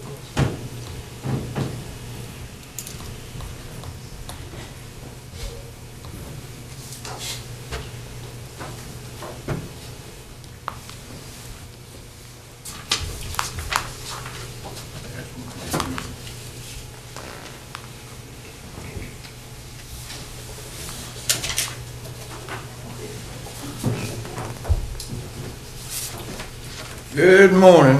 Tom Drew, P.O. Box 587, Goldsboro 27533. The cost of 3 hours that it can cost to secure 3 minutes at a Wayne County Board of Education meeting, you would think they're backroom meetings, that their front room meetings are front for their backroom meetings, which are CIA operation. I'm a recruiter for the UIA. That's Universal Intelligence Agency. Been recruiting in King George County, Virginia for Friends of Free Speech and Democracy. Best I know, there's an ad that put in there last Wednesday, and should be next Wednesday, seeking Friends of Free Speech and Democracy to assist in researching the quality of education and democracy in the King George County public education system, and that we have a base in county industries and possibly friends or relatives from King George in Wayne County. I welcome their assistance on this matter. Last night at the Board of Education meeting, as well as this morning at the Board of Election meeting, this one letter addressed to whom it may concern. It reads out, as a student educator student of the law of all laws, I wish to share this following prayer that is a manifestation of an understanding of Buddhism's core teaching, the Lotus Sutra. And I made sure the Chief Legal Counsel, Jack Edwards, had a copy, as I do our Chief Legal Counsel, Borden Parker, that they can review it. I know the controversy of beginning these meetings with prayer is most challenging, where sometimes you invite other faiths and philosophies to do as well. And if a citizen got up here and sought to share their prayer, would that be legal as worded? So much here to say. I am officially on sabbatical since August 23rd. Sabbaticals, several past due. Hopefully the new county manager's contract has a sabbatical clause in it, as well as new superintendent's contract, as I suggested. I'll check up on that later. Editorial a few weeks back, News Argus. Who's on first? I've used that myself a few times. Matter of fact, the first words I ever had published in Wayne County were in the News Argus editorial page, believe it or not. The previous week or so, there was a Ripley's Believe It or Not column in the comics. And it weren't no laughing matter to me, but they made a comment about a philosophy I was studying I didn't feel was accurate. It was published with that title.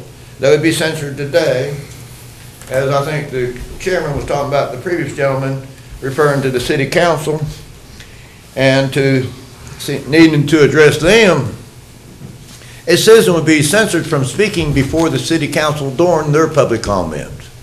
A matter that's been addressed with the previous chief of police needs to be, the current one needs to understand what he's inherited.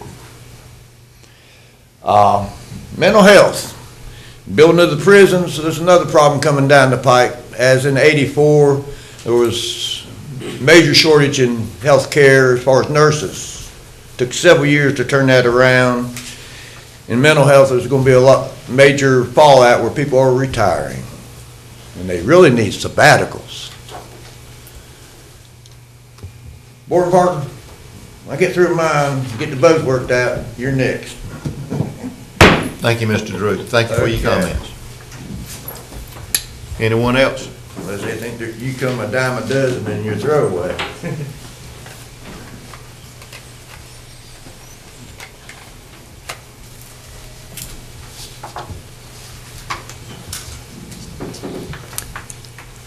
I just wanted to take a few minutes.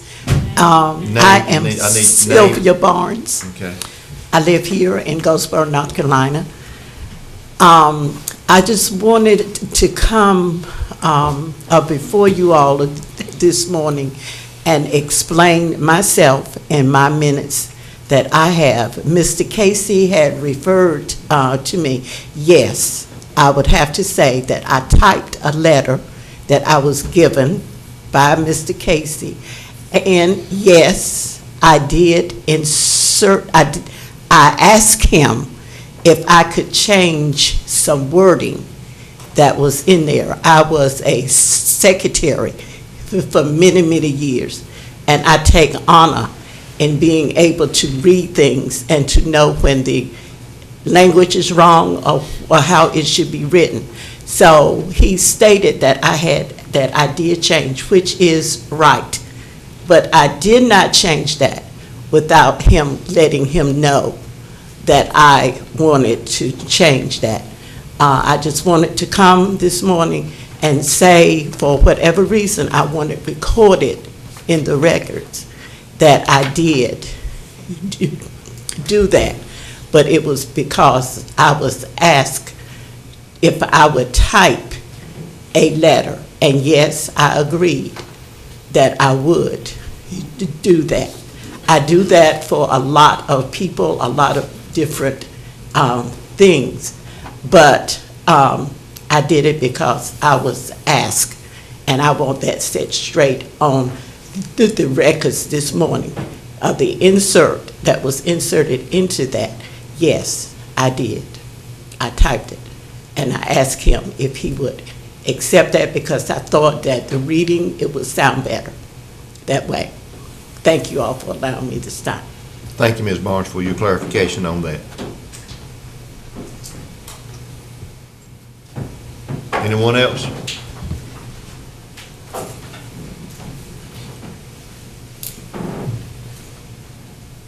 Good morning. Good morning. Ray Urban, 303 East April Lane, 919-734-3691. I was here 2 weeks ago talking about the roads up in North Creek and Canterbury subdivision. Just want to come back and get some feedback from you about where the status of the meeting is with the DOT, and also to ask you what, well, it's always educational to come to the county commissioners meeting. Is there a more efficient way to get an update on the status between that meeting that you talked about with the DOT? I think, Mr. Wood, in your comment section, that you're going to cover some of that, because we have had a meeting, and but I'd rather for Mr. Wood to go into it in detail in his comment section. When will that take place? Just at the end of this meeting today. Okay, all right. Appreciate your patience. Appreciate you being here. Thank you. Thank you very much. Anyone else? Anyone else have any comments? If not, the public comment section is closed. Thank y'all for your patience. Thank you for your comments. And we're going to take about a 10-minute recess, and we'll be back to conclude our business for the day.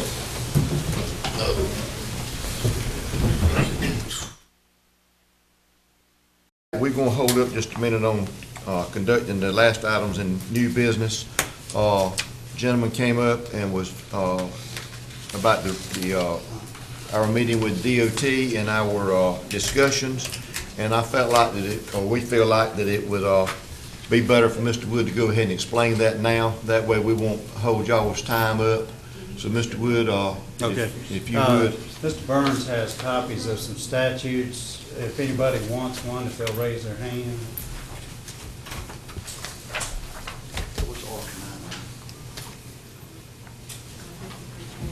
Tell me this lady here. Steve, you want to give Steve a copy as well, press? We have them, but what have I done with mine? All the bag. Yeah. As the chairman indicated, we met last week with the division engineer with DOT, had a very good meeting, and went over the issues involved in this. We're waiting to get some information back from him before we move forward totally on it. But what I wanted to do today was go over the state statute with you so everybody's clear how this operates. This is Chapter 153A, Article 9, and it spells out the process we would use. If you go to the next to last page, and if you go to the page before that, you'll see that section 153A 205, improvements to subdivision and residential streets.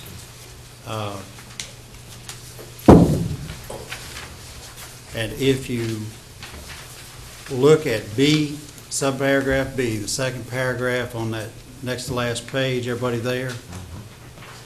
Says a county may finance the local share of the cost of improvements made under the supervision of the Department of Transportation to subdivision and residential streets located in the county and outside of a city in order to bring those streets up to the standards of the Secondary Roads Council so that they may become a part of the state-maintained system, and shall levy and collect pursuant to the procedures of Article 9 of Chapter 153A of the General Statutes special assessments against benefited property to recoup that portion of the cost financed by the county.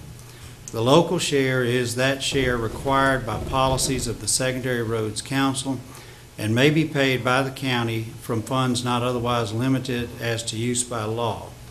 Land owned, leased, or controlled by a railroad company is exempt from such assessments to the same extent that it would be exempt from street assessments of a city under GS 168-222. No project may be commenced under this section unless it has been approved by the Department of Transportation. That's a critical point. That's why it has to be coordinated with DOT. And what they have to do is give us the punch list of everything that has to be done to bring that up to DOT secondary road standards. Is everybody clear on that? And that's the statutory provision we're going under. If you go to C, the next paragraph, before a county may finance all or a portion of the cost of improvements to a subdivision or residential street, it must receive a petition for the improvement signed by at least 75% of the owners of property to be assessed, who must represent at least 75% of all the lineal feet of frontage of the lands abutting on the street or portion thereof to be improved. The petition shall state that portion of the cost of the improvement to be assessed, which shall be the local share required by policies of the Secondary Roads Council. A county may treat as a unit and consider as one street 2 or more connecting state-maintained subdivision or residential streets in a petition filed under this subsection calling for the improvement of subdivision or residential streets subject to property owner sharing in the cost of improvement under policies of the Department of Transportation. Then it goes on to say, property owned by the United States shall not be included in determining the lineal feet of frontage on the improvement, nor shall the United States be included in determining the number of owners of property abutting the improvement. Property owned by the state of North Carolina shall be included in determining frontage and the number of owners only if the state has consented to that, as provided in GS 153A 189. Property owned, leased, or controlled by railroad companies shall be included in determining frontage and the number of owners to the extent the property is subject to assessment under GS 168-222.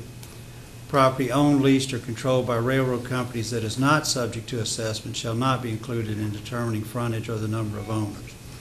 No right of action or defense asserting the invalidity of street assessments on grounds that the county did not comply with this subsection in securing a valid petition may be asserted except in an action or proceeding begun within 90 days after the day of publication of the notice of adoption of the preliminary assessment resolution.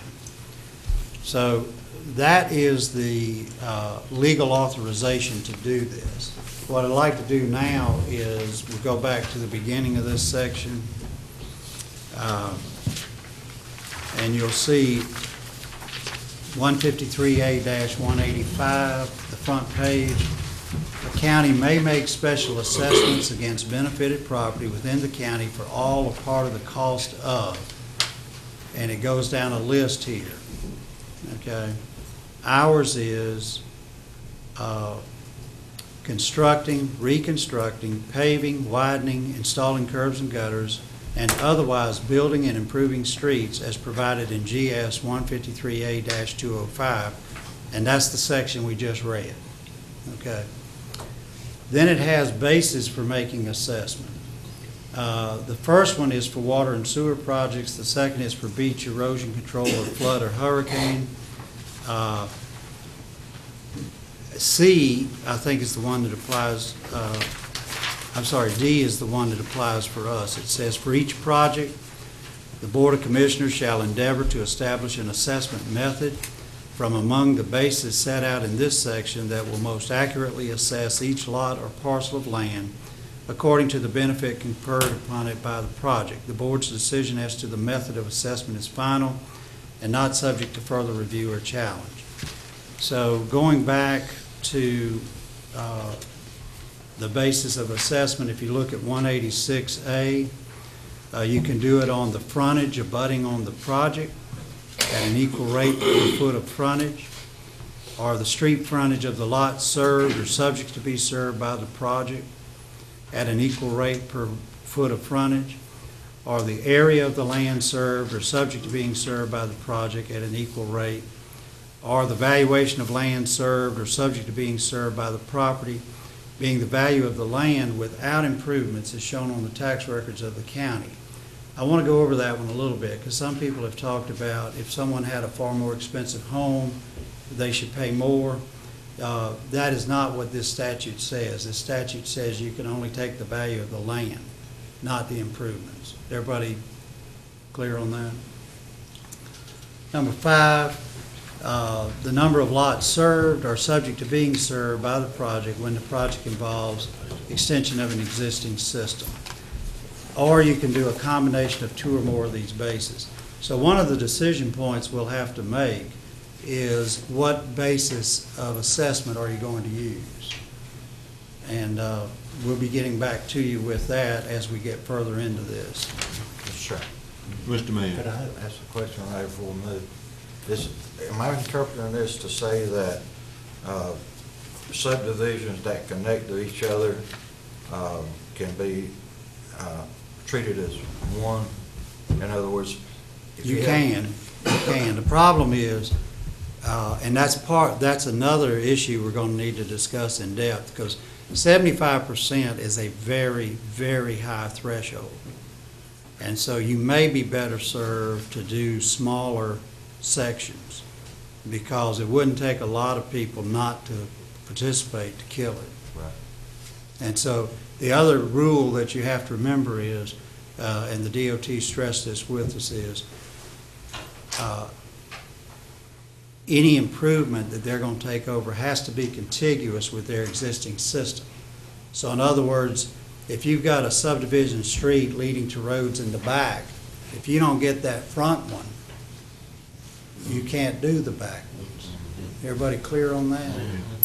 It's got to be. It's got to connect It's somehow. got to be connected, so we're gonna have to look at doing the front parts first on that, okay?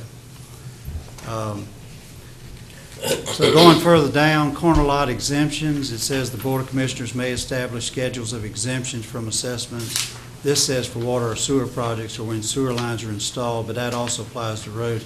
The question becomes is, should somebody with a corner lot pay for both roads if they go in front of their lot, house? Now, if you go by frontage, they probably have to pay twice. If you go by lot, then the question becomes, do they have to pay their allotment for each one of the streets abutting their property? So that's a decision you'll have to make as well. Okay. Then we have lands exempt from assessment. We've already talked about that. State participation in improvement projects. This is where if you had land owned by the state of North Carolina involved in one of these, if you wanted them to pay, you've got to request it. Now, typically on these residential streets, I don't think that's going to come into play. All right. So now we get into the actual process. Preliminary resolution and its contents. Whenever the Board of Commissioners decides to finance all or part of a proposed project by special assessments, it shall first adopt a preliminary assessment resolution containing the following. 1, a statement of intent to undertake the project. 2, a general description of the nature and location of the project. 3, a statement as to the proposed basis for making the assessments, which shall include a general description of the boundaries of the area benefited if the basis of assessment is either area or valuation. A statement as to the percentage of the cost of the work that is to be specially assessed. A statement as to which, if any, assessments shall be held in abeyance and for how long. A statement as to the proposed terms of payment of the assessment, and an order setting a time and place for a public hearing on all matters covered by the preliminary assessment resolution.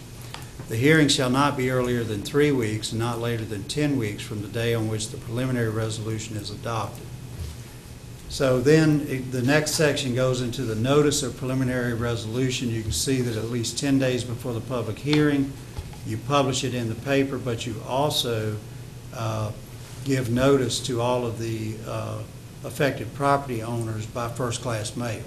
So in other words, everybody who would be affected by these assessments gets notified by first-class mail in addition to putting it into the paper. So they're on notice that there's a possibility special assessments are going to be levied on their property to do this improvement.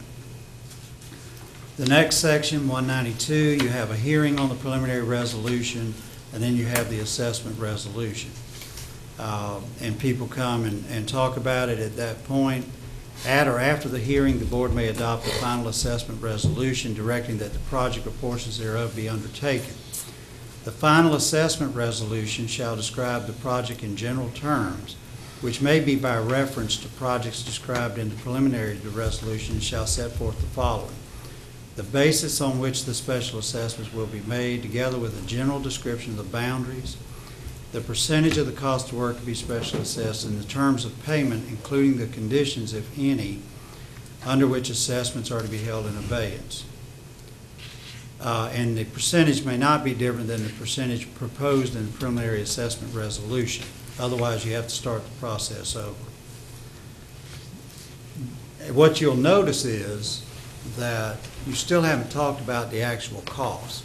And that's one of the issues we want to get into with you about procedurally, where do we go and do the engineering and get the cost estimates before you finally authorize the project. And so the next thing is determinations of cost. When a project is complete, the Board of Commissioners shall determine the project's total cost. In determining total cost, the board may include construction costs, the cost of necessary legal services, the amount of interest paid during construction, the cost of any right-of-way, and the cost of publishing and mailing notices and resolutions.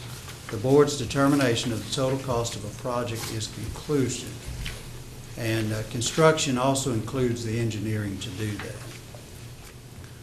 You can also grant some discounts for if someone pays it in advance.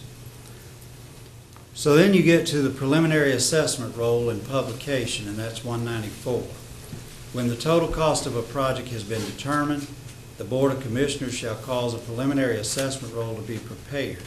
The roll shall contain a brief description of each lot, parcel, or tract of land assessed, the basis for the assessment, the amount assessed against each lot, the terms of payment, including the schedule of discounts, if such a schedule is to be established, and the name of the owner of each lot, parcel, or tract as far as this can be ascertained from the county tax records. And using the property owner of record in the county property tax records is how you go about this. So we go by what's in the registry there.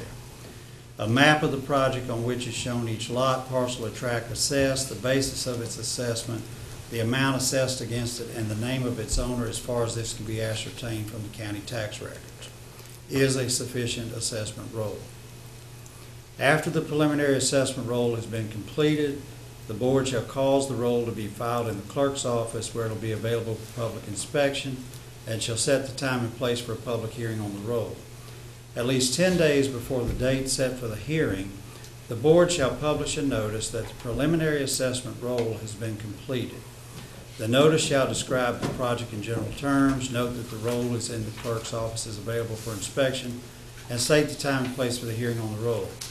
In addition, 10 days before it, you'll also do a first-class mailing to each property owner affected. So that way, everybody who would be affected by this has been given notice by mail on this. Following that, of course, then you hold the actual hearing that you advertised on the preliminary assessment roll. Then you revision, confirmation, and lien. At the public hearing, the Board of Commissioners shall hear all interested persons who appear with respect to the preliminary assessment roll. At or after the hearing, the board shall annul, modify, or confirm the assessments in whole or in part, either by confirming the preliminary assessments against any lot, parcel, or tract described in the preliminary assessment roll, or by canceling, increasing, or reducing the assessments as may be proper in compliance with the basis of assessment. If any property is found to be omitted from the preliminary assessment roll, the board may place it on the roll and make the proper assessment.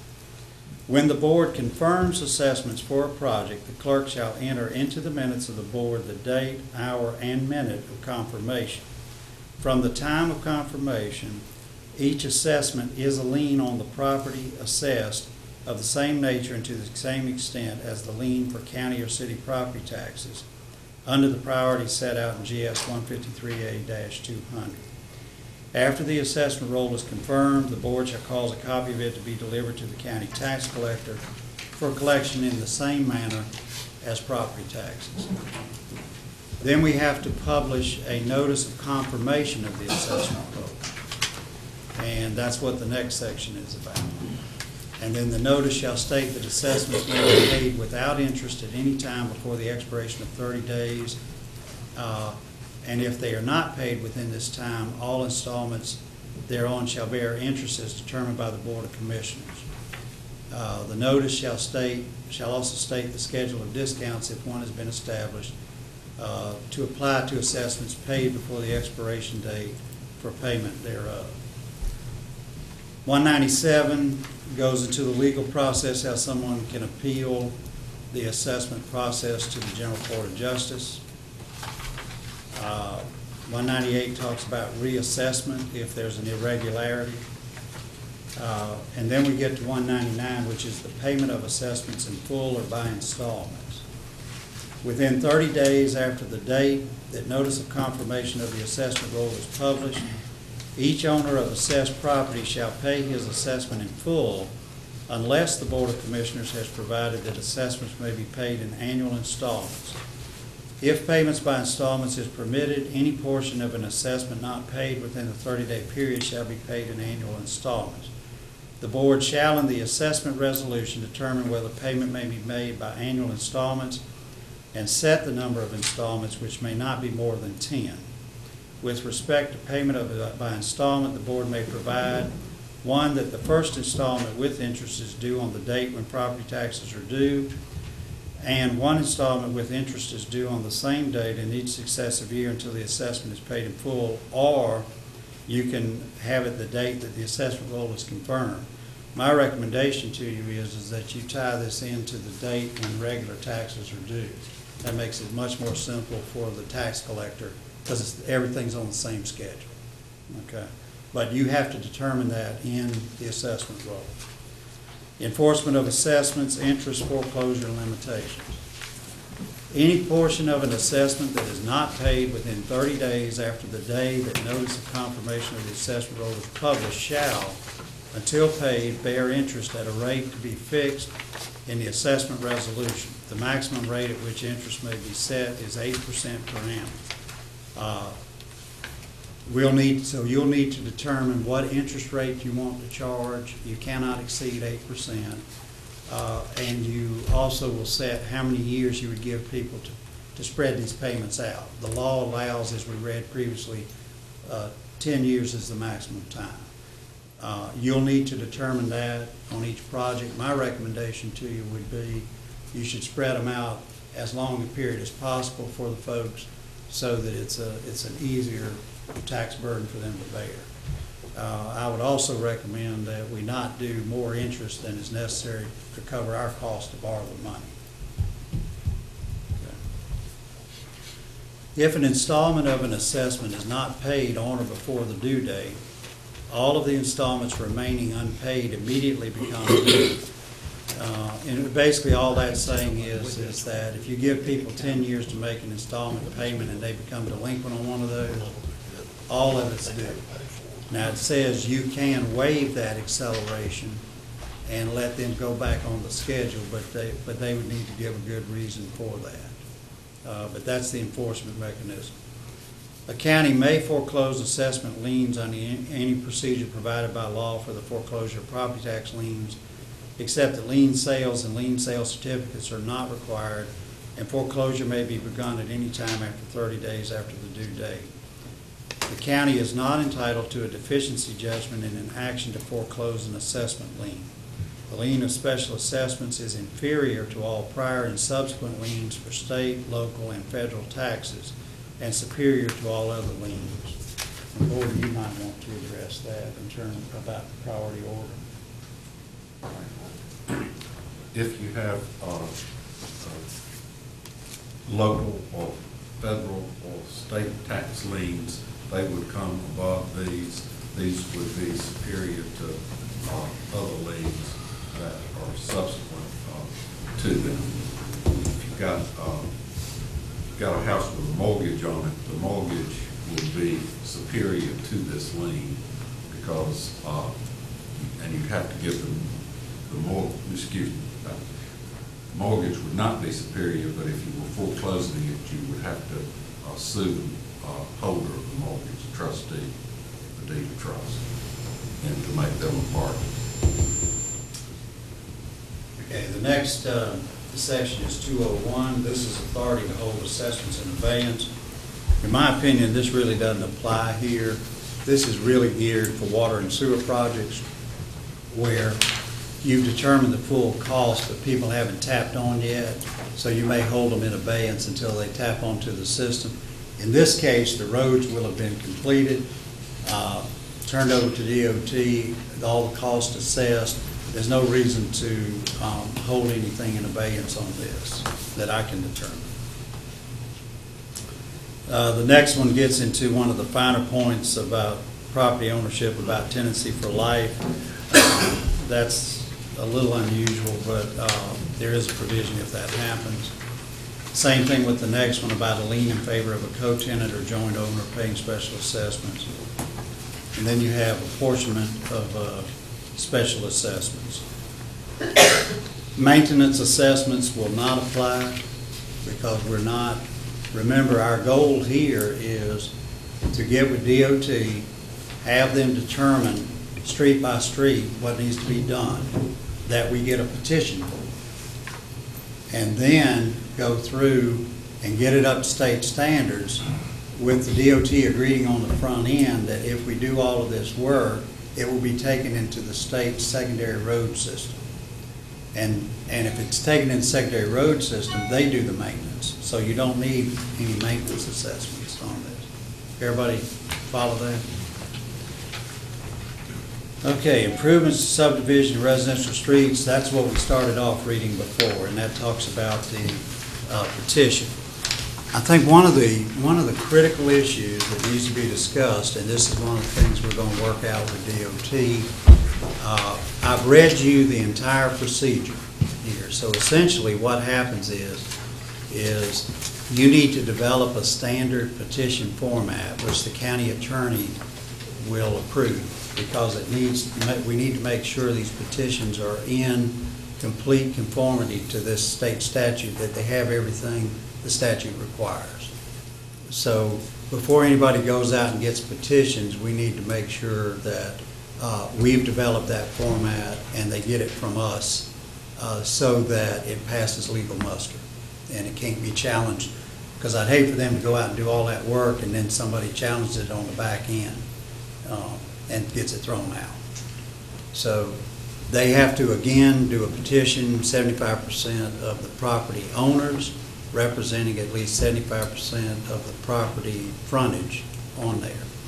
Now, here's where it gets tricky, is we won't know the cost of what it's going to take until we get with DOT.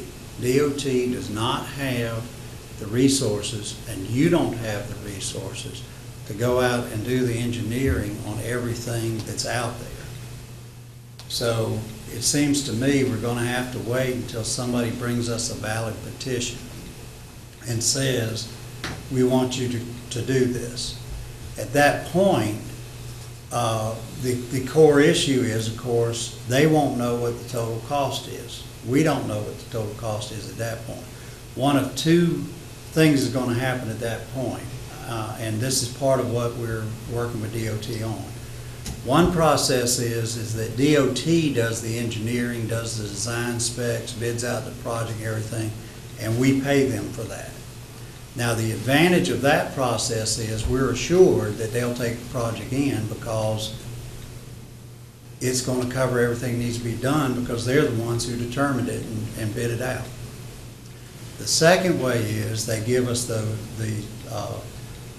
list of problem areas, and then we have to hire a civil engineer to go out and do design specifications for us for the scope of work, so we can contract the work out, because we don't have any crews that do any road work or anything.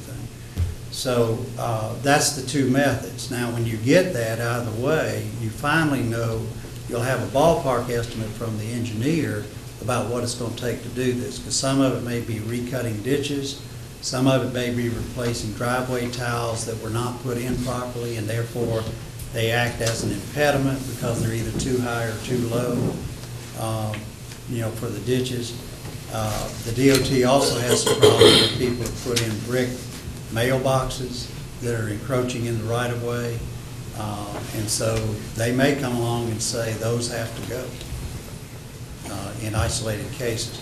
But basically, whatever they say needs to be done, whether it's saw out a section of the road because it's failed, and start at the beginning and come up with 8 inches of stone and then 2 inches of asphalt, or they may say it's just the asphalt coat needs to be fixed, or a pothole, whatever, and then overlaid, with the inch and a half of I-2.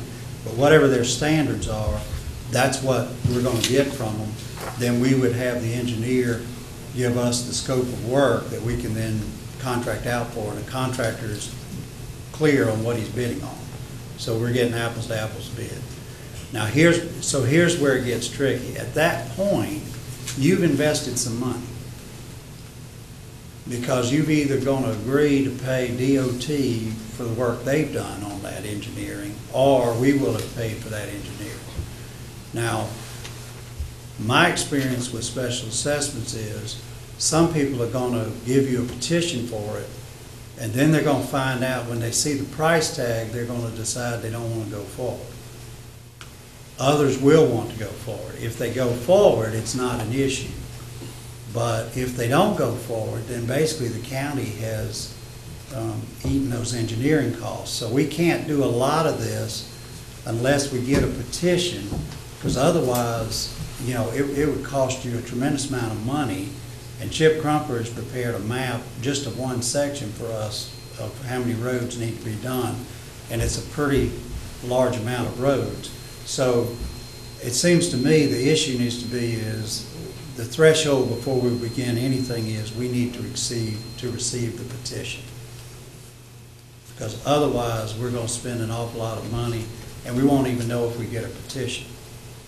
And if you don't get a petition, you can't do it. I mean, even if 70% of the people out there want it, that's not what the statute says. It says 75. So if we get 74% of the people, we can't do it. And this is also, when you say 75%, that's 75% of property owners. You know, we got to keep in mind that we do live in a military community, and there is some rental, you know, a lot of times they buy a house and then they rent it until they can come back or whatever. And this is property owners. This is not. Yeah, it's not the tenant. It's not the tenant. That's right. So, in terms of process, one of the key issues is we need to make a determination. The way the statute's written is you don't move forward till you get a petition. And then you can't move forward on the project till DOT agrees what needs to be done. And of course, we don't want to move forward till DOT agrees to it and agrees that if we do everything they say that needs to be done, that they will take it into the secondary road system. And I would say they were receptive to that. They were. So I think it was a very good meeting in that regard.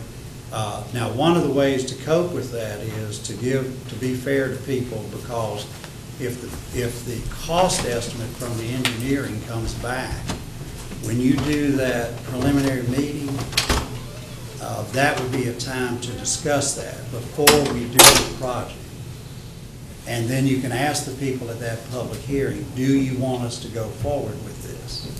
Now that you know, and it won't be the full cost because this is the estimated cost. Typically, engineers' cost, if anything, are a little high because they'll put contingencies in there and all of that.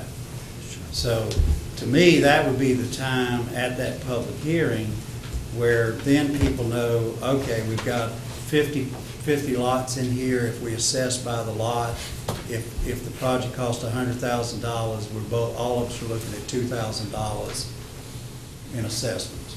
And then if you split that over a 10-year period, then that's a pretty manageable number. Okay. Now, I'm just using that as an example. We don't know what they'll come back. Depends on the road.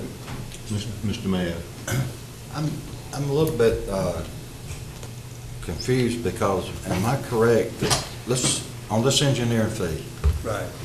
If a subdivision petitions the DOT themselves, which has been done in the past, to come out and do an assessment of their subdivision on repairs in order for the DOT to take them over, they will come out and do that assessment and engineering for that subdivision.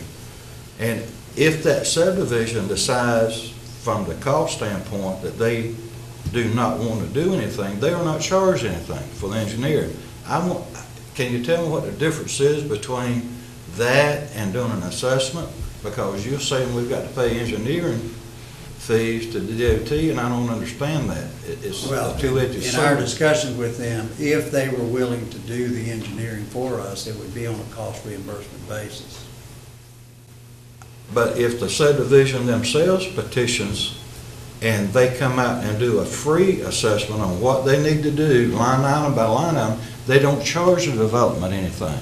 Chip, you need to help us out here. They don't put a cost on their punch list. I know, but they tell line item by line item Yeah, what but needs to be that's replaced. just, but that's a punch list. That's a punch list. That's not the engineering. Okay, so the punch list, that means that we can't take that punch list and go out and get our own bids? Is that what we're saying? It's not usually in enough detail to get bids on. So you've got to flesh it out. So, in other words, everybody can see there's a bad section of road there. What you've got to do from an engineering standpoint is you've got to be specific. You've got to cut out, starting this point, cut out 55 feet this way, take all of that out, replace it with I-2, rock and all of that. You've got to talk about how you're going to roll that and then come in with the asphalt. You can't just say something as loose as fix this section. Well, we just had an instance, though, of a subdivision that petitioned through the homeowners association to the DOT. Yeah. Okay, they had to do some road repaving and also some drainage issues, and they didn't have an engineering fee. The DOT worked with them and came out there and showed them what they needed to do. And that's a question that I have, is why. Well, what I'm telling you is, what he told us is that if they agreed to do the engineering, it would be on a cost reimbursement basis. Well, engineering fees traditionally, if when you look at schools or anything else, the engineering costs could be the driving factor of a subdivision not doing anything. Well, it would typically be 8 to 9% of the project. Yeah, so, okay, thank you. Okay. So, You know what, Mr. Darby? I think what we're saying here is that on a subdivision street, it might be prudent for us to use the procedures that they currently have in place. And that is, one, to get the petition, go to DOT and ask them to do a punch list of what they are going to require.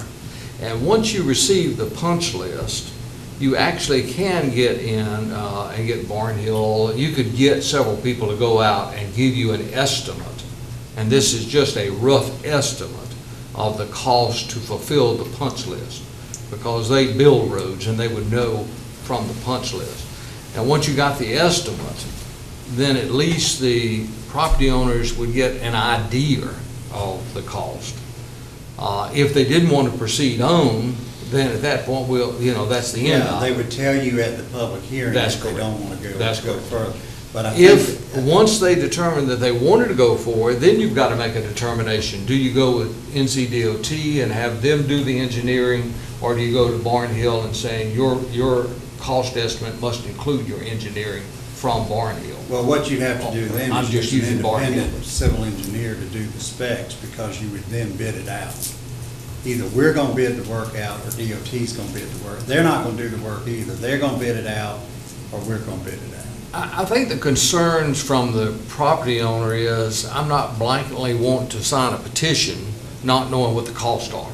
So we have to get a rough estimate of what the costs are, one. Two, But see, what I'm trying to say is, I don't know that you can do all of that for 20 or 30 of these until you know if you've got a chance of it passing the petition. for 20 or 30. Of these projects. Well, You've got a number of projects. out Agreed, there. we're trying to crawl before we Yeah. walk, and maybe we need to take on one project, walk it through the procedure so we can develop what the process would be. But you bring up another interesting point, and that is, speaking from the standpoint of the county as a whole, there is some concerns from the standpoint, if we had 20 or 30 of these projects, and I can assure you that the cost is not going to be $100,000. The costs are going to be so great that it in some way negatively affects the county's bond ratings and so forth, because it could be millions of dollars involved here to bring these roads up. And if you spread, let me just give some numbers. If we're talking about $10 million that the county would have to borrow and spread that over a 10-year period of time, it will have to affect in some way our financial position. So we're going to have to get we're going to have to in some way develop some policy of some limitations of Right. how much we're going to borrow. Well- Are we going to borrow $100 million, or are we going to borrow $10 million, or what is the limitation of the county? Well, you bring up a good point. One of the things we're working on is a policy, which we hope to have for you shortly. Okay. And that'll deal with it, because it's really dependent on the funding, as you said. And the other issue you've got to decide is, in what order do you do them? To me, I would think it's first come, first served. Yes. Is in terms of getting the petitions in, you go ahead and look at those first, which is an incentive for people to get out there and get it done, if that's what they want to do. But there are a number of issues you're going to have to, and I tried to address them as I went through there. You're going to have, there are decision points in here you're going to have to make decisions on as we develop this policy. And we'll come back with recommendations to you on that. But my purpose today was to give you the legal framework that we operate under. This is the statute that counties are authorized to use to solve this problem.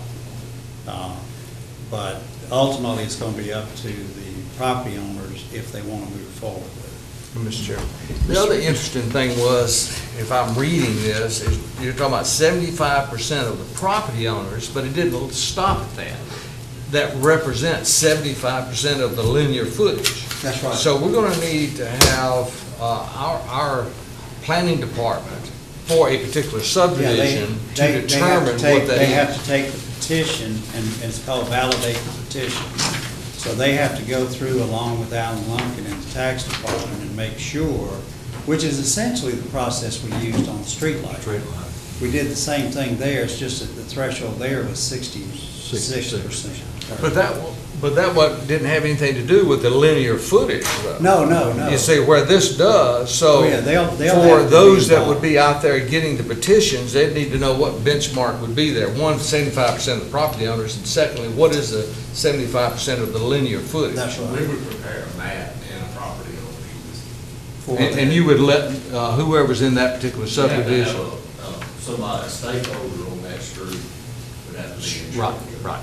But we'll prepare everything, and that's why the petition needs to be done by county staff. It needs to, that way the attorney has signed off saying this has all the criteria that the state law requires.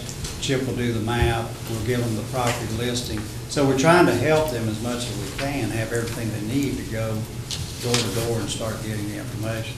The other thing, this kind of goes without saying, but I just want to emphasize it, is remember that if a house is jointly owned, if the property is jointly owned, it's not valid unless the husband and wife both sign. So people need to be aware of that. I learned that early in life. Most of us have. And keep in mind now, it's been mentioned, the punch list. I don't have a problem with, if we need to get some punch lists for some streets, I don't have a problem with that. But just keep in mind now, when DOT gives you a punch list, you may go in and correct what's on that punch list, but that still does not guarantee you that they're gonna take that street over. And what we're wanting from them is before, that's why it says each one of these needs to be done with their approval. What we want, project by project, is that assurance that Wayne's talking about on the front end. Because the worst thing we could do is fix the roads, assess people for taxes, and it's still not taken over for maintenance, which means. In 10 years, they're gonna have the same problem right again. back at it. And in 5 years, a pothole pops up, nobody's liable to fix it. Mr. Bell. I need to ask Mr. Woods a question. You may have answered this while I was out. Wouldn't it be better for DOT to do the engineering and the bidding? Because they would have to do it at their specification. And John, that's the part we like about it. The question is whether they've got the staff time and all of that. Now, they would contract a lot of this out, but the question is, do they have the time to manage that process? And so that's part of what they're going to get back to us on. But I agree with you. The part I like about it is if it's their specs and their list, then there's no legal reason not to take it into Not to the take it over, system. yes. And we sat down with the local engineer. He's got bosses. He's got to go to his Yeah. district engineer and get That's some right. answers and bring back to us. Yeah, he I was mean, but very it was a very receptive meeting. I Yeah. mean, He was very responsive, very open to it, but like you said, he's got to go back and do some. But, Mr. Chairman, if I might point out on the alternative, that even though that would be the best way, cost-wise, I can assure you, dealing that way is going to be higher than going into the private sector. It's going to be higher. But now, I wanna- If you ever dealt with DOT, I believe it's going to be Right, but higher. I will say this, now remember, they're not going to do the actual work. They're going to take bids on the work too.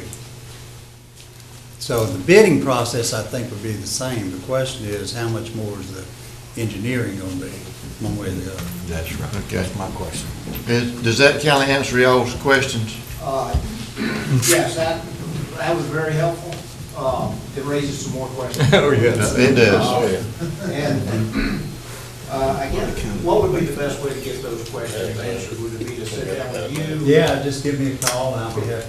For example, the people that have been here are from 2 subdivisions. Right. And we've gone through and we've gotten 75% of the people that own property in those 2 subdivisions. Right. But that was just to get the DOT to give us the punch list. Right. When we go back to them and say, now we're talking about an assessment and it's going to increase your property taxes, it may be more difficult to get to it. Right. We just barely got to the 75%. Right. So getting 75% is a challenge. It is. And so I just want to make a comment about that. But how do we ensure that these 2 subdivisions are considered a unit? There's another subdivision that's adjacent to ours, they have road problems as well, and they haven't even begun to think about getting their petition. I think, what I'd suggest is let's set up a meeting and go over it. Let me have the planning director in there. We need to see a map of what you've got, and about whether they're contiguous or not, but we'll be happy to sit down with you and go over it. Okay, should I give you a call? Yeah, that'd be set up a fine. meeting? That'd Okay, be fine. all right. Okay. And on the DOT punch list, is there any negotiation in that, or they just No, say this is? no. this is what's in No, it? they're gonna tell you, No. they're gonna tell you, this is our standards, and you gotta meet it. Yeah. It's that cut and dry. Okay. Okay. Does that pretty much clarify this, then we're going to move on? Okay. Okay, did we answer what? Yeah, I'll give you a call, we'll set up a meeting, and probably 4 or 5 of us will come to the meeting from the That'd be fine. neighborhood and sit down with the planning director and Okay. to get our petition together. I I guess I think- had one other question. On the assessment, the basis for making an assessment, is that something the commission will do? The commission makes that determination, and the list is, you see the 5 different methods you can use. A lot of places use per lot. Yeah, yeah. Because, for instance, if you have a cul-de-sac lot, somebody could have very little frontage, Right. but have a lot that's just as big as somebody that's next door to them that's on the straightaway. Yeah, yeah. And so, whereas per lot seems to be a reasonable way of doing it, and it's relatively easy to administer as well. So if you have 50 lots, you just divide the total cost by 50, and everybody pays their proportionate share of that. Yeah. Okay. Yeah, I guess another issue is somebody with a corner lot, they have a proportionally higher vote than somebody that cul-de-sac. Well, the thing with a corner lot is you can you can argue it both ways. You can argue that he's paying double, but he's got double the amount of asphalt as well, or the roads he's accessing. But what people really are getting is the full road. It's not just, the benefit to you is not just what's in front of your house. Yeah. It's the fact that the whole subdivision is improved. Okay, you get with Mr. Wood and set up a meeting, and y'all get together, and he'll coordinate with what county, the planning department or whoever needs to be there, and just, y'all set that up, and we'll move forward from there. I think the main point is, y'all been coming to see, coming to our meetings for several meetings now, and I want to stress that, we are taking this seriously. It's just, we wish we could just like flip a light switch on but it doesn't work that way. But I hope you understand that we are working on the process. We have met with DOT, and we will be meeting with them again, and we just, I would like to use the word, be patient with us, but sometimes patience wears very thin, but we are moving in the direction to try to help y'all. Well, no, I think we've made good progress, and whether you get the roads fixed going this route or not, I don't know, but at least we've increased our understanding of what needs to be done. Okay, thank y'all. Okay, let's move on. Let's go back to new business. Item number 5. This is we need to take action on this. Mr. Cromartie, do you want to read that resolution? Yes, sir. And before I actually read the resolution, or do we need? That's a very long one. Do we want to? It's not so much a long resolution. What I want to do is recognize Dr. Ray and Ms. Shirley Edwards, who Ms. Ray is the Director of Wages and Ms. Edwards is the Chairman of the Board of Directors. And this resolution involves 50 years of progress, and I would like them to come and take just a few minutes to say something about it, Ms. Ray and Ms. Edwards. And then I'll briefly read the resolution.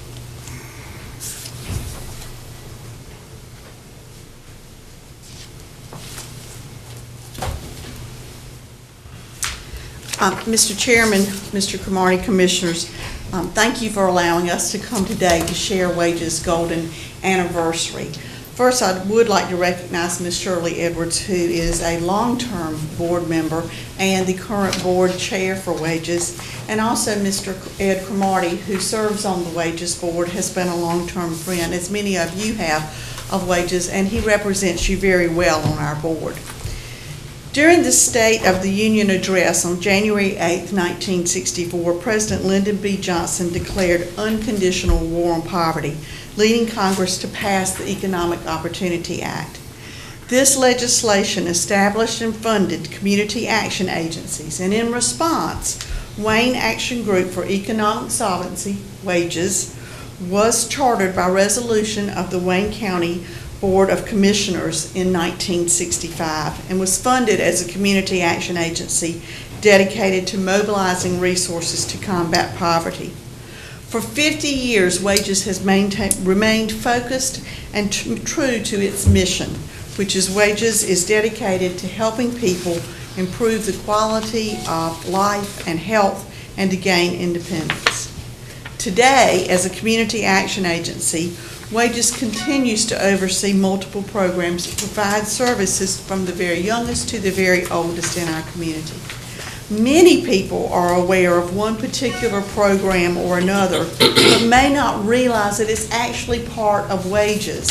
So one of our goals is to help the community realize the depth and breadth of the services that Wages provides, not only so that we can do better outreach, but to increase community support.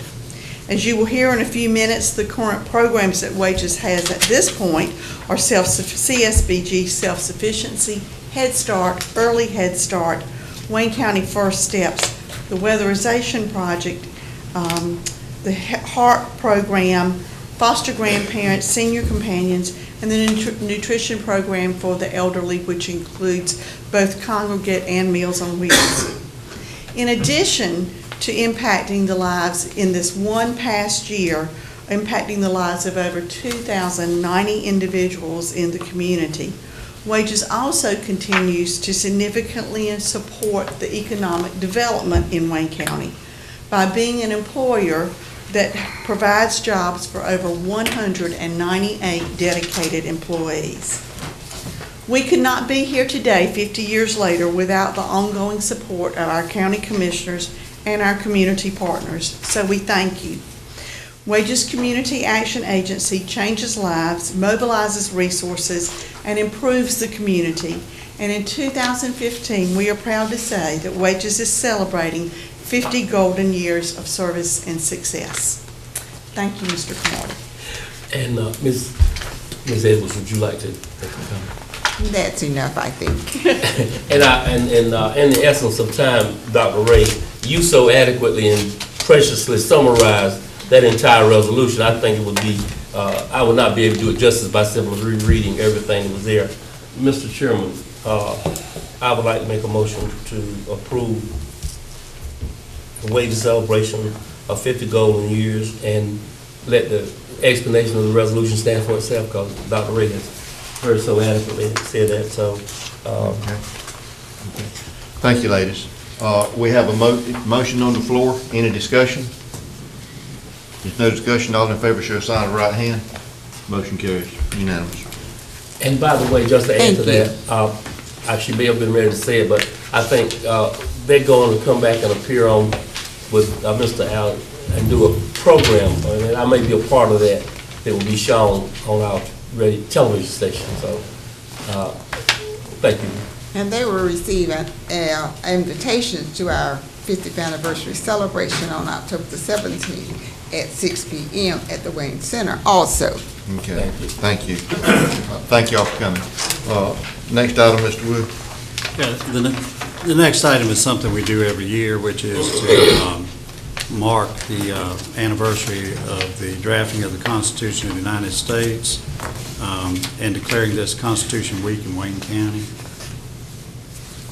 What's the pleasure of the board? Mr. Chairman, Mr. Mayor.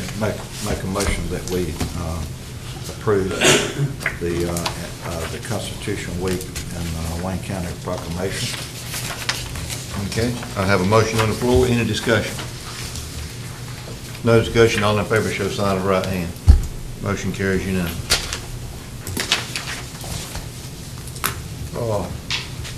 Number 7, Mr. Wood, I think you and Yeah, Mr. I'd like McAllister. to call on Mike McAllister with Municipal Engineering. He's been working with us on this application for state revolving funds. Mike? Okay. What you have before you is a resolution authorizing the application for state revolving fund loan program, which is on a 20-year 0% interest since it's rehab work. And it's in the amount of $696,360. And what we need is a resolution to go forward. You'll find out about this on when the State Water Infrastructure Authority meets in January is when they award these projects. And the procedure is once if they select, and it is competitive, but in the previous 3 or 4 rounds, everybody on the SRF is, matter of fact, they had money left over, which is kind of unusual. But this is for sewer rehab. This is to tighten up some holes that we found out there just recently and try to save some money on the sewer bills. So, and again, there's a deadline looming, so we need to go ahead and get this. September 30th is when we have to turn it in. Mr. Chairman. Mr. Doherty. I move that we approve the resolution authorizing the filing of an application requesting state revolving fund award for wastewater improvements. I have a motion on the floor. Any discussion? Mr. Chairman. Mr. Mayor. I just have a question. Can municipalities apply for this? Yes, indeed. Yeah, but they do their own. Are they? Okay, all right. I'll get with you later on that. Thank you. It is loan, not grant. Okay. Any other discussion?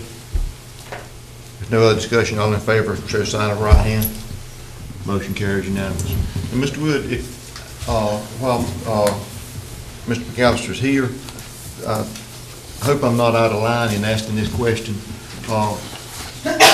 Could you give us a little clarification on where we stand at the sewer at Grantham Middle School?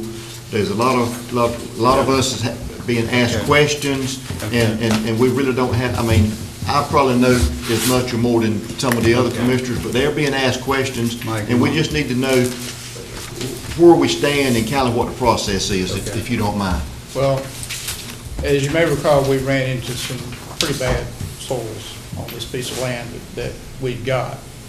And in doing so, one of the compromises we have attempted to reach with the state regional soil scientist that works for Division of Health Services is to allow us to do the modeling. That is what's taking place at this point. And the intention of this modeling is to prove that we can lower the groundwater sufficiently to maintain the separation between the subsurface drip and the groundwater, seasonal high water groundwater table. And that's what we're in the process of doing. Now, we've got to put that data together, and we've got to get the regional soil scientists to agree to it, as well as the state engineer at Health and Human Services. So hopefully we can move forward with that. Now, once we get all that data, then we can move forward with the design itself. But that's where things are. But you feel pretty confident that we're going to be able to move forward? And I'm not trying to put you on the spot. From what I understand so far, we're right at the end of that modeling. I just sent him some more information this week, so I'm hoping to get that in the next couple of weeks and have some idea. The problem is it moves very slow because there's so many people involved in this process, not only your local health department, but the engineering staff at Health and Human Services. You know, normally when you think sewer, you think Diener. Well, this is actually a different group entirely, different set of rules. So I'm optimistic that we can get this thing permitted. It's just taking some time. Okay. Thank you for you. Okay. Number 8 was taken off of the agenda. Marcia, I guess we're ready for our moving.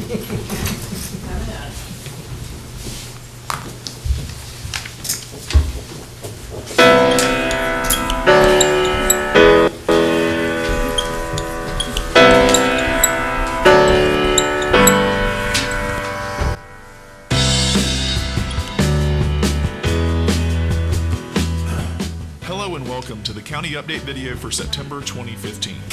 This video is produced by the North Carolina Association of County Commissioners each month to keep county officials informed about association activities. We have a lot to cover this month, so let's get started with the 2015 annual conference. It was held in Pitt County in August. Pitt County Chairman Glenn Webb took the oath of office as president of the North Carolina Association of County Commissioners on August 22nd. In his speech after taking office, he pledged to help counties continue to be the most effective and responsive level of government in the state. Over the last 12 months, this association has maintained a sharp focus on the state of our mental health system. We have sought solutions and made great strides by coupling President Bill's vision with the solid leadership of Commissioner Leon Inman. He chaired that task. The light this association has shown on mental health moved our governor to create his own mental health task force, and recently he appointed our president-elect to that task force. Mental health will become a priority of the Health and Human Services Task Force, Health and Human Services Committee, and that will be guided by Commissioner Leon Inman, who's graciously agreed to chair that committee. Whether or not the state is proactive, we will not take our eye off the ball and continue to allow citizens of North Carolina that suffer with mental illness to go long periods without treatment, to wait long hours in emergency rooms, or worse, be tossed away and forgotten in our county jails. It's not right, it's not fair, and we will be a catalyst for change in this broken system. While that work continues, new endeavors will be undertaken. For the past year, our association has been researching and soliciting input from members and stakeholders on trends, influences, and challenges affecting counties, with the goal of incorporating these thoughts into a refreshed strategic plan. The new plan was approved by your board of directors in June and includes the association's first ever vision and mission statement, which are included in your annual conference program. As we take the first steps into the next decade, now is the time to execute the important goals established as part of this plan, and I will make this a central focus of my term as your president. More than 350 county officials representing 90 counties attended this year's conference. Surrey County Vice Chairman Larry Phillips emerged from a three-way race with Charlie Messer of Henderson County and Marty Cook of Brunswick County. Davidson County Commissioner Fred McClure became president-elect. Durham County Commissioner Brenda Howardson became first vice president, and Macon County Commissioner Ronnie Beal became past president. Stokes County Commissioner Leon Inman was named the winner of the 2015 Outstanding County Commissioner Award. Inman was selected for his service in leading the NCACC's Mental Health Engagement Task Force, which released a report at the conference with several recommendations for counties to improve access to services for the state's most vulnerable population. Representative Chuck McGrady of Henderson County and Representative Howard J. Hunter III of Hertford County were named winners of the 2015 Friend of the Counties Award for their continued support of county government. Hunter, who served as NCACC president in 2013-14, and McGrady were honored for continuing to represent the interests of counties as legislators. Hunter is the primary sponsor of a bill that would accomplish an NCACC legislative priority to end school boards' abilities to sue a board of county commissioners over education funding. McGrady is the sponsor of a bill that would accomplish several NCACC legislative goals. The bill would reconstitute the State Payment in Lieu of Tax Study Commission, direct the Revenue Law Study Commission to study exempting previously taxable properties from tax bases, and direct the Environmental Review Commission to study a statewide approach to aquatic weed control and funding. Randolph County Commissioner Darrell Fry was inducted into the NCACC Hall of Fame at annual conference. Fry, who served as the NCACC president in 1990 through 91 and won the Outstanding County Commissioner Award in 1992, has been a Randolph County Commissioner since 1982, making him one of the longest-serving commissioners in the state. In addition to the Mental Health Engagement Task Force report we mentioned, several other reports and publications were presented at annual conference. Commissioners were presented the annual report video at the business session on Saturday. The video highlights the happenings of the past year since the 2014 annual conference. Major milestones such as the strategic plan update, the promotion of Kevin Leonard to executive director, the first North Carolina County Snapshots publication, legislative goals conference, and more are covered in the video report. To view the video, you can visit www.ncacc.org/2015 annual report. The NC County Snapshots publication was presented at the business session as well. It is an effort of our research staff and shows data points for each county on 50 different indicators. The publication highlights the demographic, social, and educational statuses of all 100 counties and is the go-to source for the most current data on county characteristics. The data and figures were compiled from the most reliable federal, state, and private agencies and organizations, and expanded the scope and number of data indicators to provide a more comprehensive picture of North Carolina counties. You can access the online version of the report at www.ncacc.org/county snapshots. The 2015 NCACC Strategic Plan Final Report gives an overview of the newly updated strategic plan, including the NCACC Vision Statement and Mission Statement. It is available by visiting www.ncacc.org/2015 Strategic Plan. There were a number of other notable events from the 108th Annual Conference. Too many to mention in detail here. We had youth from around the state in attendance at the Youth Voice Summit, a number of well-respected and informative speakers and presenters, and a number of great opportunities for commissioners to meet and share ideas. If you weren't able to attend the conference this year, we encourage you to begin making plans now for next August, as we'll hold conference in Winston-Salem and Forsyth County. Well, that's all we have for this month. Thank you for watching and for allowing us to keep you up to date on your association's activities. If you'd like more information on anything we discussed here, please visit www.ncacc.org or contact us directly using the information on your screen. We'll see you next month. Thank you, Marshall. County managers, comments? Mr. Chairman, I only have one item to go over with you because we already did the special assessments update. And that is, I've given each of you, I think, a letter to the chief clerk. Everybody get that? And I think we had talked about this a little bit, but basically, we have a concern that one of the solar projects, which is under review right now by our planning department, Jackie Farm LLC, is too close to the runway at Seymour Johnson Air Force Base in the path of low-level descents for landings. And so essentially what we're doing here are requesting your permission for Wayne and I to send this letter to the Utilities Commission, is we're filing a complaint in this request for a certificate of public convenience and necessity. And essentially what that does is it then allows us to have a public hearing on it. which gives Seymour Johnson time to finish their research and determine if they still oppose this or not.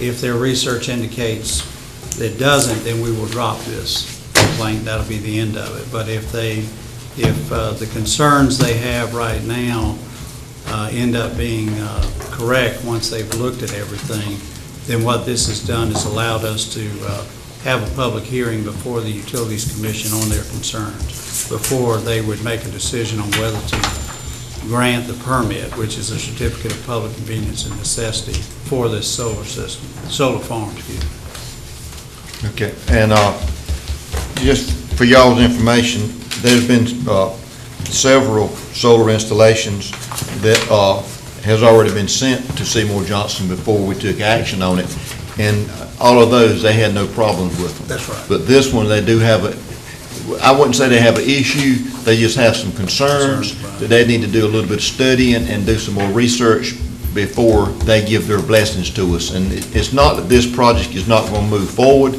but we just need their input before we can make a decision on it. And anyone else have any questions or comments for that? But I would like to get your authorization for us to send this. This is an action? Right. Okay. What's the pleasure of the board? Motion to approve that we send the letter forward. I have a motion on the floor. Any discussion? No discussion. All in favor shall sign a right hand. Motion carries unanimous. Is that all your report? Yes, sir. Wood? Okay. Commissioners, committee reports and comments. Mr. Gurley? Yes, for the second time, I mentioned that Wayne Memorial Hospital is in the final preparations for using a new medical code system. It's beneficial to everyone. It's a federal mandate to occur on October the 1st. And plans are underway for the annual Watch Benefit Golf Tournament to be held October 1st at Walden Creek Country Club. Mr. Chairman, I'd like to mention this morning when Mr. Fontana was here, give us an invitation to the Gateway Bus Transfer Station ribbon cutting. Also, the fact that Mr. Fontana has done an outstanding job for us at Gateway. He and his staff both, they've done tremendous things for us, and it's one of those thankless jobs that today I just want to give him and commend him for it. Thank you, that's all. Mr. Bayo. Yeah, I only went to, actually had one meeting. I sort of took a couple of days off around the holiday because of 47 years of being married to the same lady. So we had a health department meeting, and we the only thing we had on that agenda that day was a training of the board, which was done by Wayne Rayner. This is a requirement to serve on the health board. And of course, we talked about the milestones of public health and current challenges. We also talked about the function of the health department and essential services, legal responsibilities and authority, local governance boards and board members' work, effective governance, healthcare in general, as we just heard from our health director previously, and no matter if you're in DSS or anything having to do with the health side, rates are going up and it's very expensive, and we have a lot of challenges ahead of us. And so when I say that, not only does the state have challenges, we as a county have challenges to meet the services and the needs of our citizens. So as we move forward, we will, as the old saying is, we'll make do with what we have, and we'll deal with what's dealt to us. Thank you, Mr. Chairman. Thank you, Mr. Mayor. Mr. Doherty. I think we all were excited about attending the ribbon cuttings at Grantham and Spring Creek. But I think the main thing that we all got from that was the smile on the kids' faces as we went around the halls and exploring those new facilities. You were speaking earlier about a thankless job, and we all are participating in that, but this is when it really comes together for you, something that this board has done, that the school board has done to actually bring some improvements here in our county. I attended the WCDA Executive Committee and board meetings, and everything is moving along fine there. There are a number of adjustments and improvements that Crystal is working on, and I support her wholeheartedly in that. One of the things that I've attended over the last few weeks is a committee meeting with the RPO. And in meeting on the RPO, talking about the transportation projects that are currently on the books. We have gone through and examined a lot of those projects and made some harsh decisions, hard decisions in regards to whether or not those projects need to be removed or whether or not we need to push those projects forward. To give you an example, it seemed as one of the projects that were on the RPO's, I'm going to call it a wish list, was a bypass around Pink Hill. And everybody knows I'm a little controversial, and my question brought up at that meeting was, what is the population of Pink Hill? Once you start examining some of these projects and putting it in perspective, all of a sudden other projects had a great deal more significance. The other thing that we found was that we did not fare well in the first rounds of projects. And so we adjusted some of our projects by segmenting them, breaking them up in 2 and 3 projects rather than including the entire project. Thereby, it seems to improve its rankings on the statewide level so that we can get a portion of our projects built over several years rather than it just simply not getting the points necessary for nothing to be done. It also was amazing to me to see that one of the projects that was not on the list that was added was the extension of Washington Street over in LaGrange to eliminate the intersection at Winona Ford. So if we're going to have a corridor for Highway 70, that interchange, that segment is going to have to be eliminated. So that project was added, bringing it behind Bojangles, tying into that connecting road, and eliminating that intersection. And also, there was nothing in the projects in regards to an overpass there near Bojangles. So those have now are being added, and we hope to have a vote on that next week. Thank you, Mr. Chairman. Thank you. Mr. Kamari. Thank you, Mr. Chairman. I have, this last week sort of starts my 2-week, 10-day of attending the committees that I have been assigned to. I was in New Bern last week, had the opportunity to catch a ride with the mayor of Mount Olive, and so I rode with him and enjoyed a healthy bit of conversation about politics all over the county. I bet you be a guy. Knowledgeable. That's the word for Ray. Knowledgeable. But interestingly, the director's report for that East Carolina Council,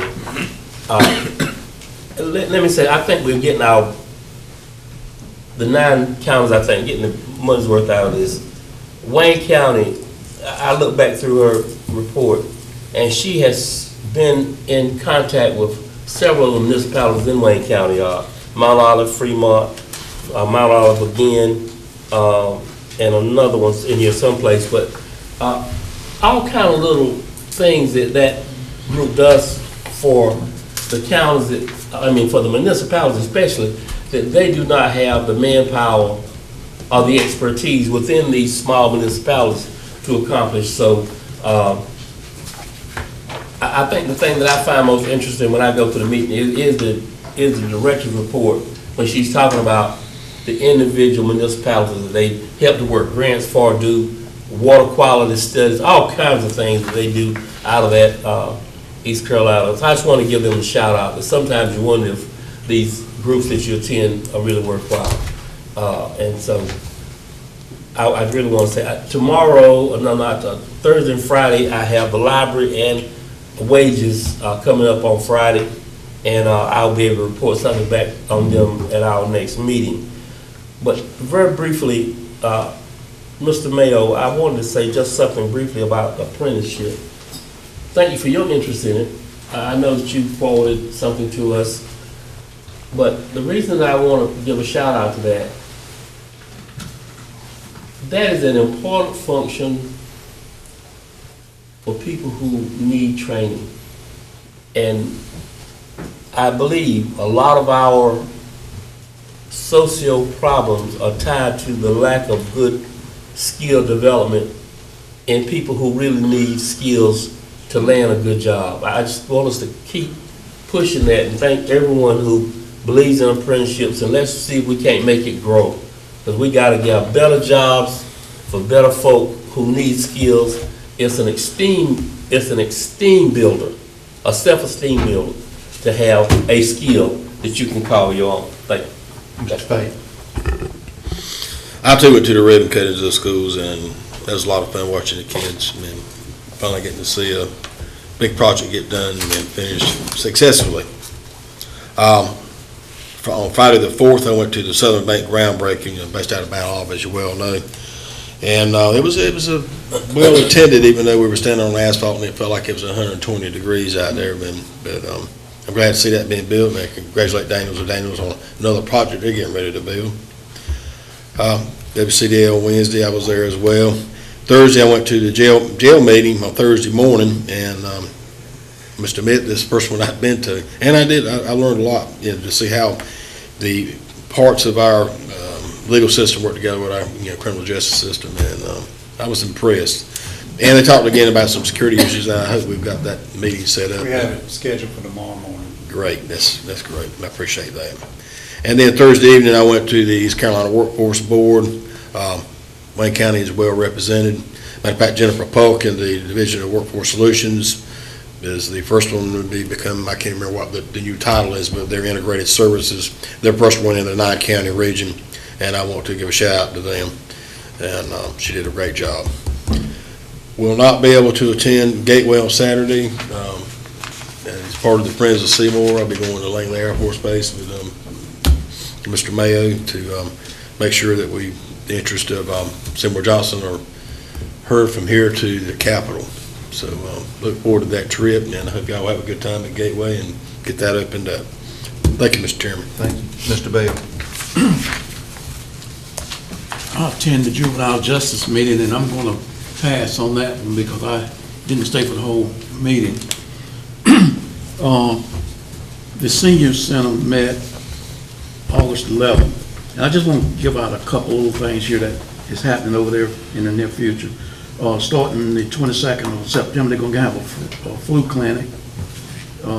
You all know how bad flu is this time of the year, so you need to take advantage of that.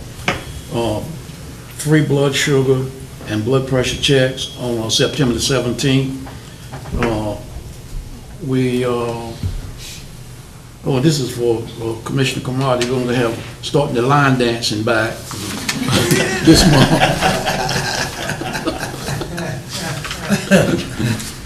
Okay. There's going to have a meeting on September the 14th, which is yesterday. I'll bypass that. They're going to have free iPhone and iPad classes, introduction part, and also intermediate classes starting September the 28th.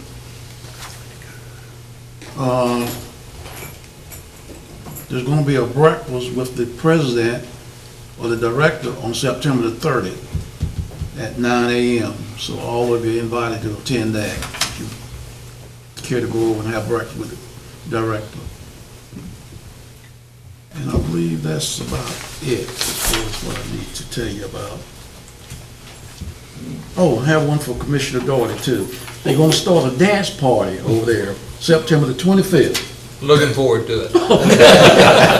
Okay, that's it, Mr. Chairman. Thank you, Commissioners. That was so helpful. It's been a busy 2 weeks for me. I also attended the, excuse me, the Southern Bank groundbreaking. Like Mr. Pate said, it was mighty hot that day. Also, I attended the Alliance meeting last week. Also, Mr. Wood, myself, and I think Tommy was with us, Chip was with us. We met with Giles Harrell, the local DOT engineer. Had a very informative meeting there. I think it went well. Also, last Wednesday evening, Thursday, and Friday morning, I attended the ethics training and the annual, semi-annual meeting of the Board of Trustees for community colleges in Wilmington. I think one of the highlights of the program was, the last thing on the agenda really was Sheriff Pierce, Beverly Dean from the college, Kay Albers from the college, gave a presentation on the tragedy that they had, and they got a lot of questions asked. In fact, there's several community colleges has already asked them to go give their presentation to their boards. Larry and Beverly went really into detail on what went wrong, if anything went wrong. I wouldn't say what went wrong, but some things that they can look now and see that it should have been done a little different. They were, I commend them on them and the city of Goldsboro, the agencies in the city, the fire department, police department, the city manager's office, the county offices, EMS, sheriff's department, county manager's office. I just want to commend all of them on how they worked together in that situation. I also like to send out a thanks to Johnson County. They jumped right up with their command center, brought in their SWAT team, because at the time that the sheriff requested it, they really did not have a handle on the situation. And as Sheriff Biswell told me, there's no county line between his office and Sheriff Pierce's office. But it went, I was real proud of them with the presentation that they give. Also, Friday night, I attended the kickoff for the scholarship fund for Carrie A. Winder's scholarship fund at the college. This scholarship will be basically for first responders. It will be law enforcement, fire, EMS, anything that pertains to first responders. They had over 300 people at that. They had it auctioned to raise money afterwards. All the items brought pretty good money.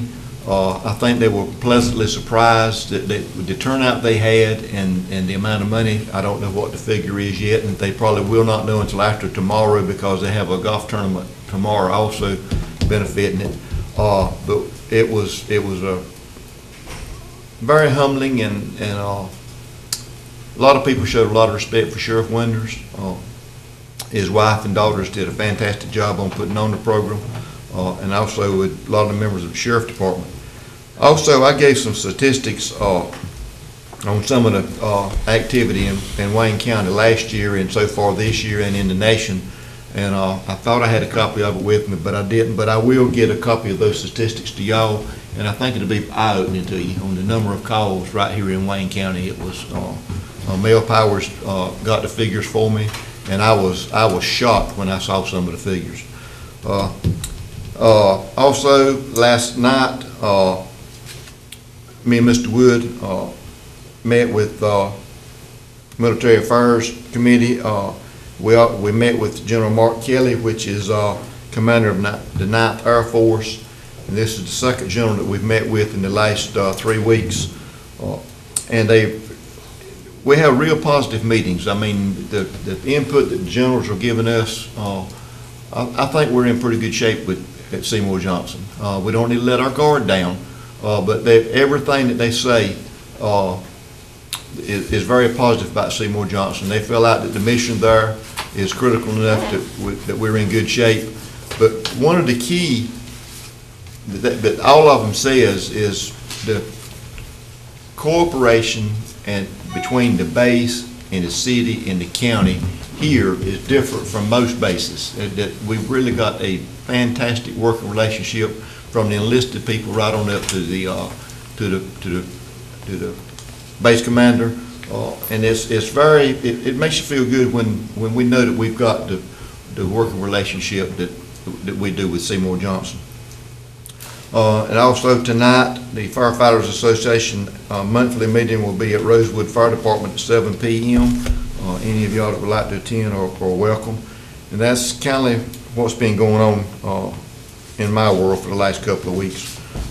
Do appreciate Mr. Payton. I forgot to mention, you talked about college and first responders. I went to the 9/11 ceremony Friday at the college, and people, the Patriots Coalition did the first part of it, and Vic Miller gave a speech. I mean, he did a great job. And then the instructor for the first responders classes there, he got up and spoke as well, and then all of them got all their gear on. And you may have seen it in the newspapers and pictures that they went up and down the stairs with all the gear on, to celebrate or remember those people who lost their lives in the Twin Towers. And I was so impressed with those kids. They're our future, and they'll look after us first responders. I meant to say that. I forgot all about it. And I do appreciate you. If any of the rest of you went through that, I appreciate it. I had planned to go, but I had to be in Wilmington, thanks to a couple of my fellow commissioners. But thank you for going, Mr. Payton. Anyone else have anything? Do I have a motion we adjourn? So moved, Mr. Chairman. I have a motion on the floor. We adjourn. All in favor, show sign. Right hand. Motion carries. This has been a presentation by Wayne Goldsboro Television of the meeting of the Wayne County Board of Commissioners. Wayne County Commissioners meet the first and third Tuesday of each month in the Commissioners' Meeting Room on the 4th floor of the Wayne County Courthouse at 224 East Walnut Street in Goldsboro, North Carolina. For more information, the County of Wayne is online at www.waynegov.com. The mailing address is Post Office Box 227, Goldsboro, North Carolina 27533. Thank you for watching.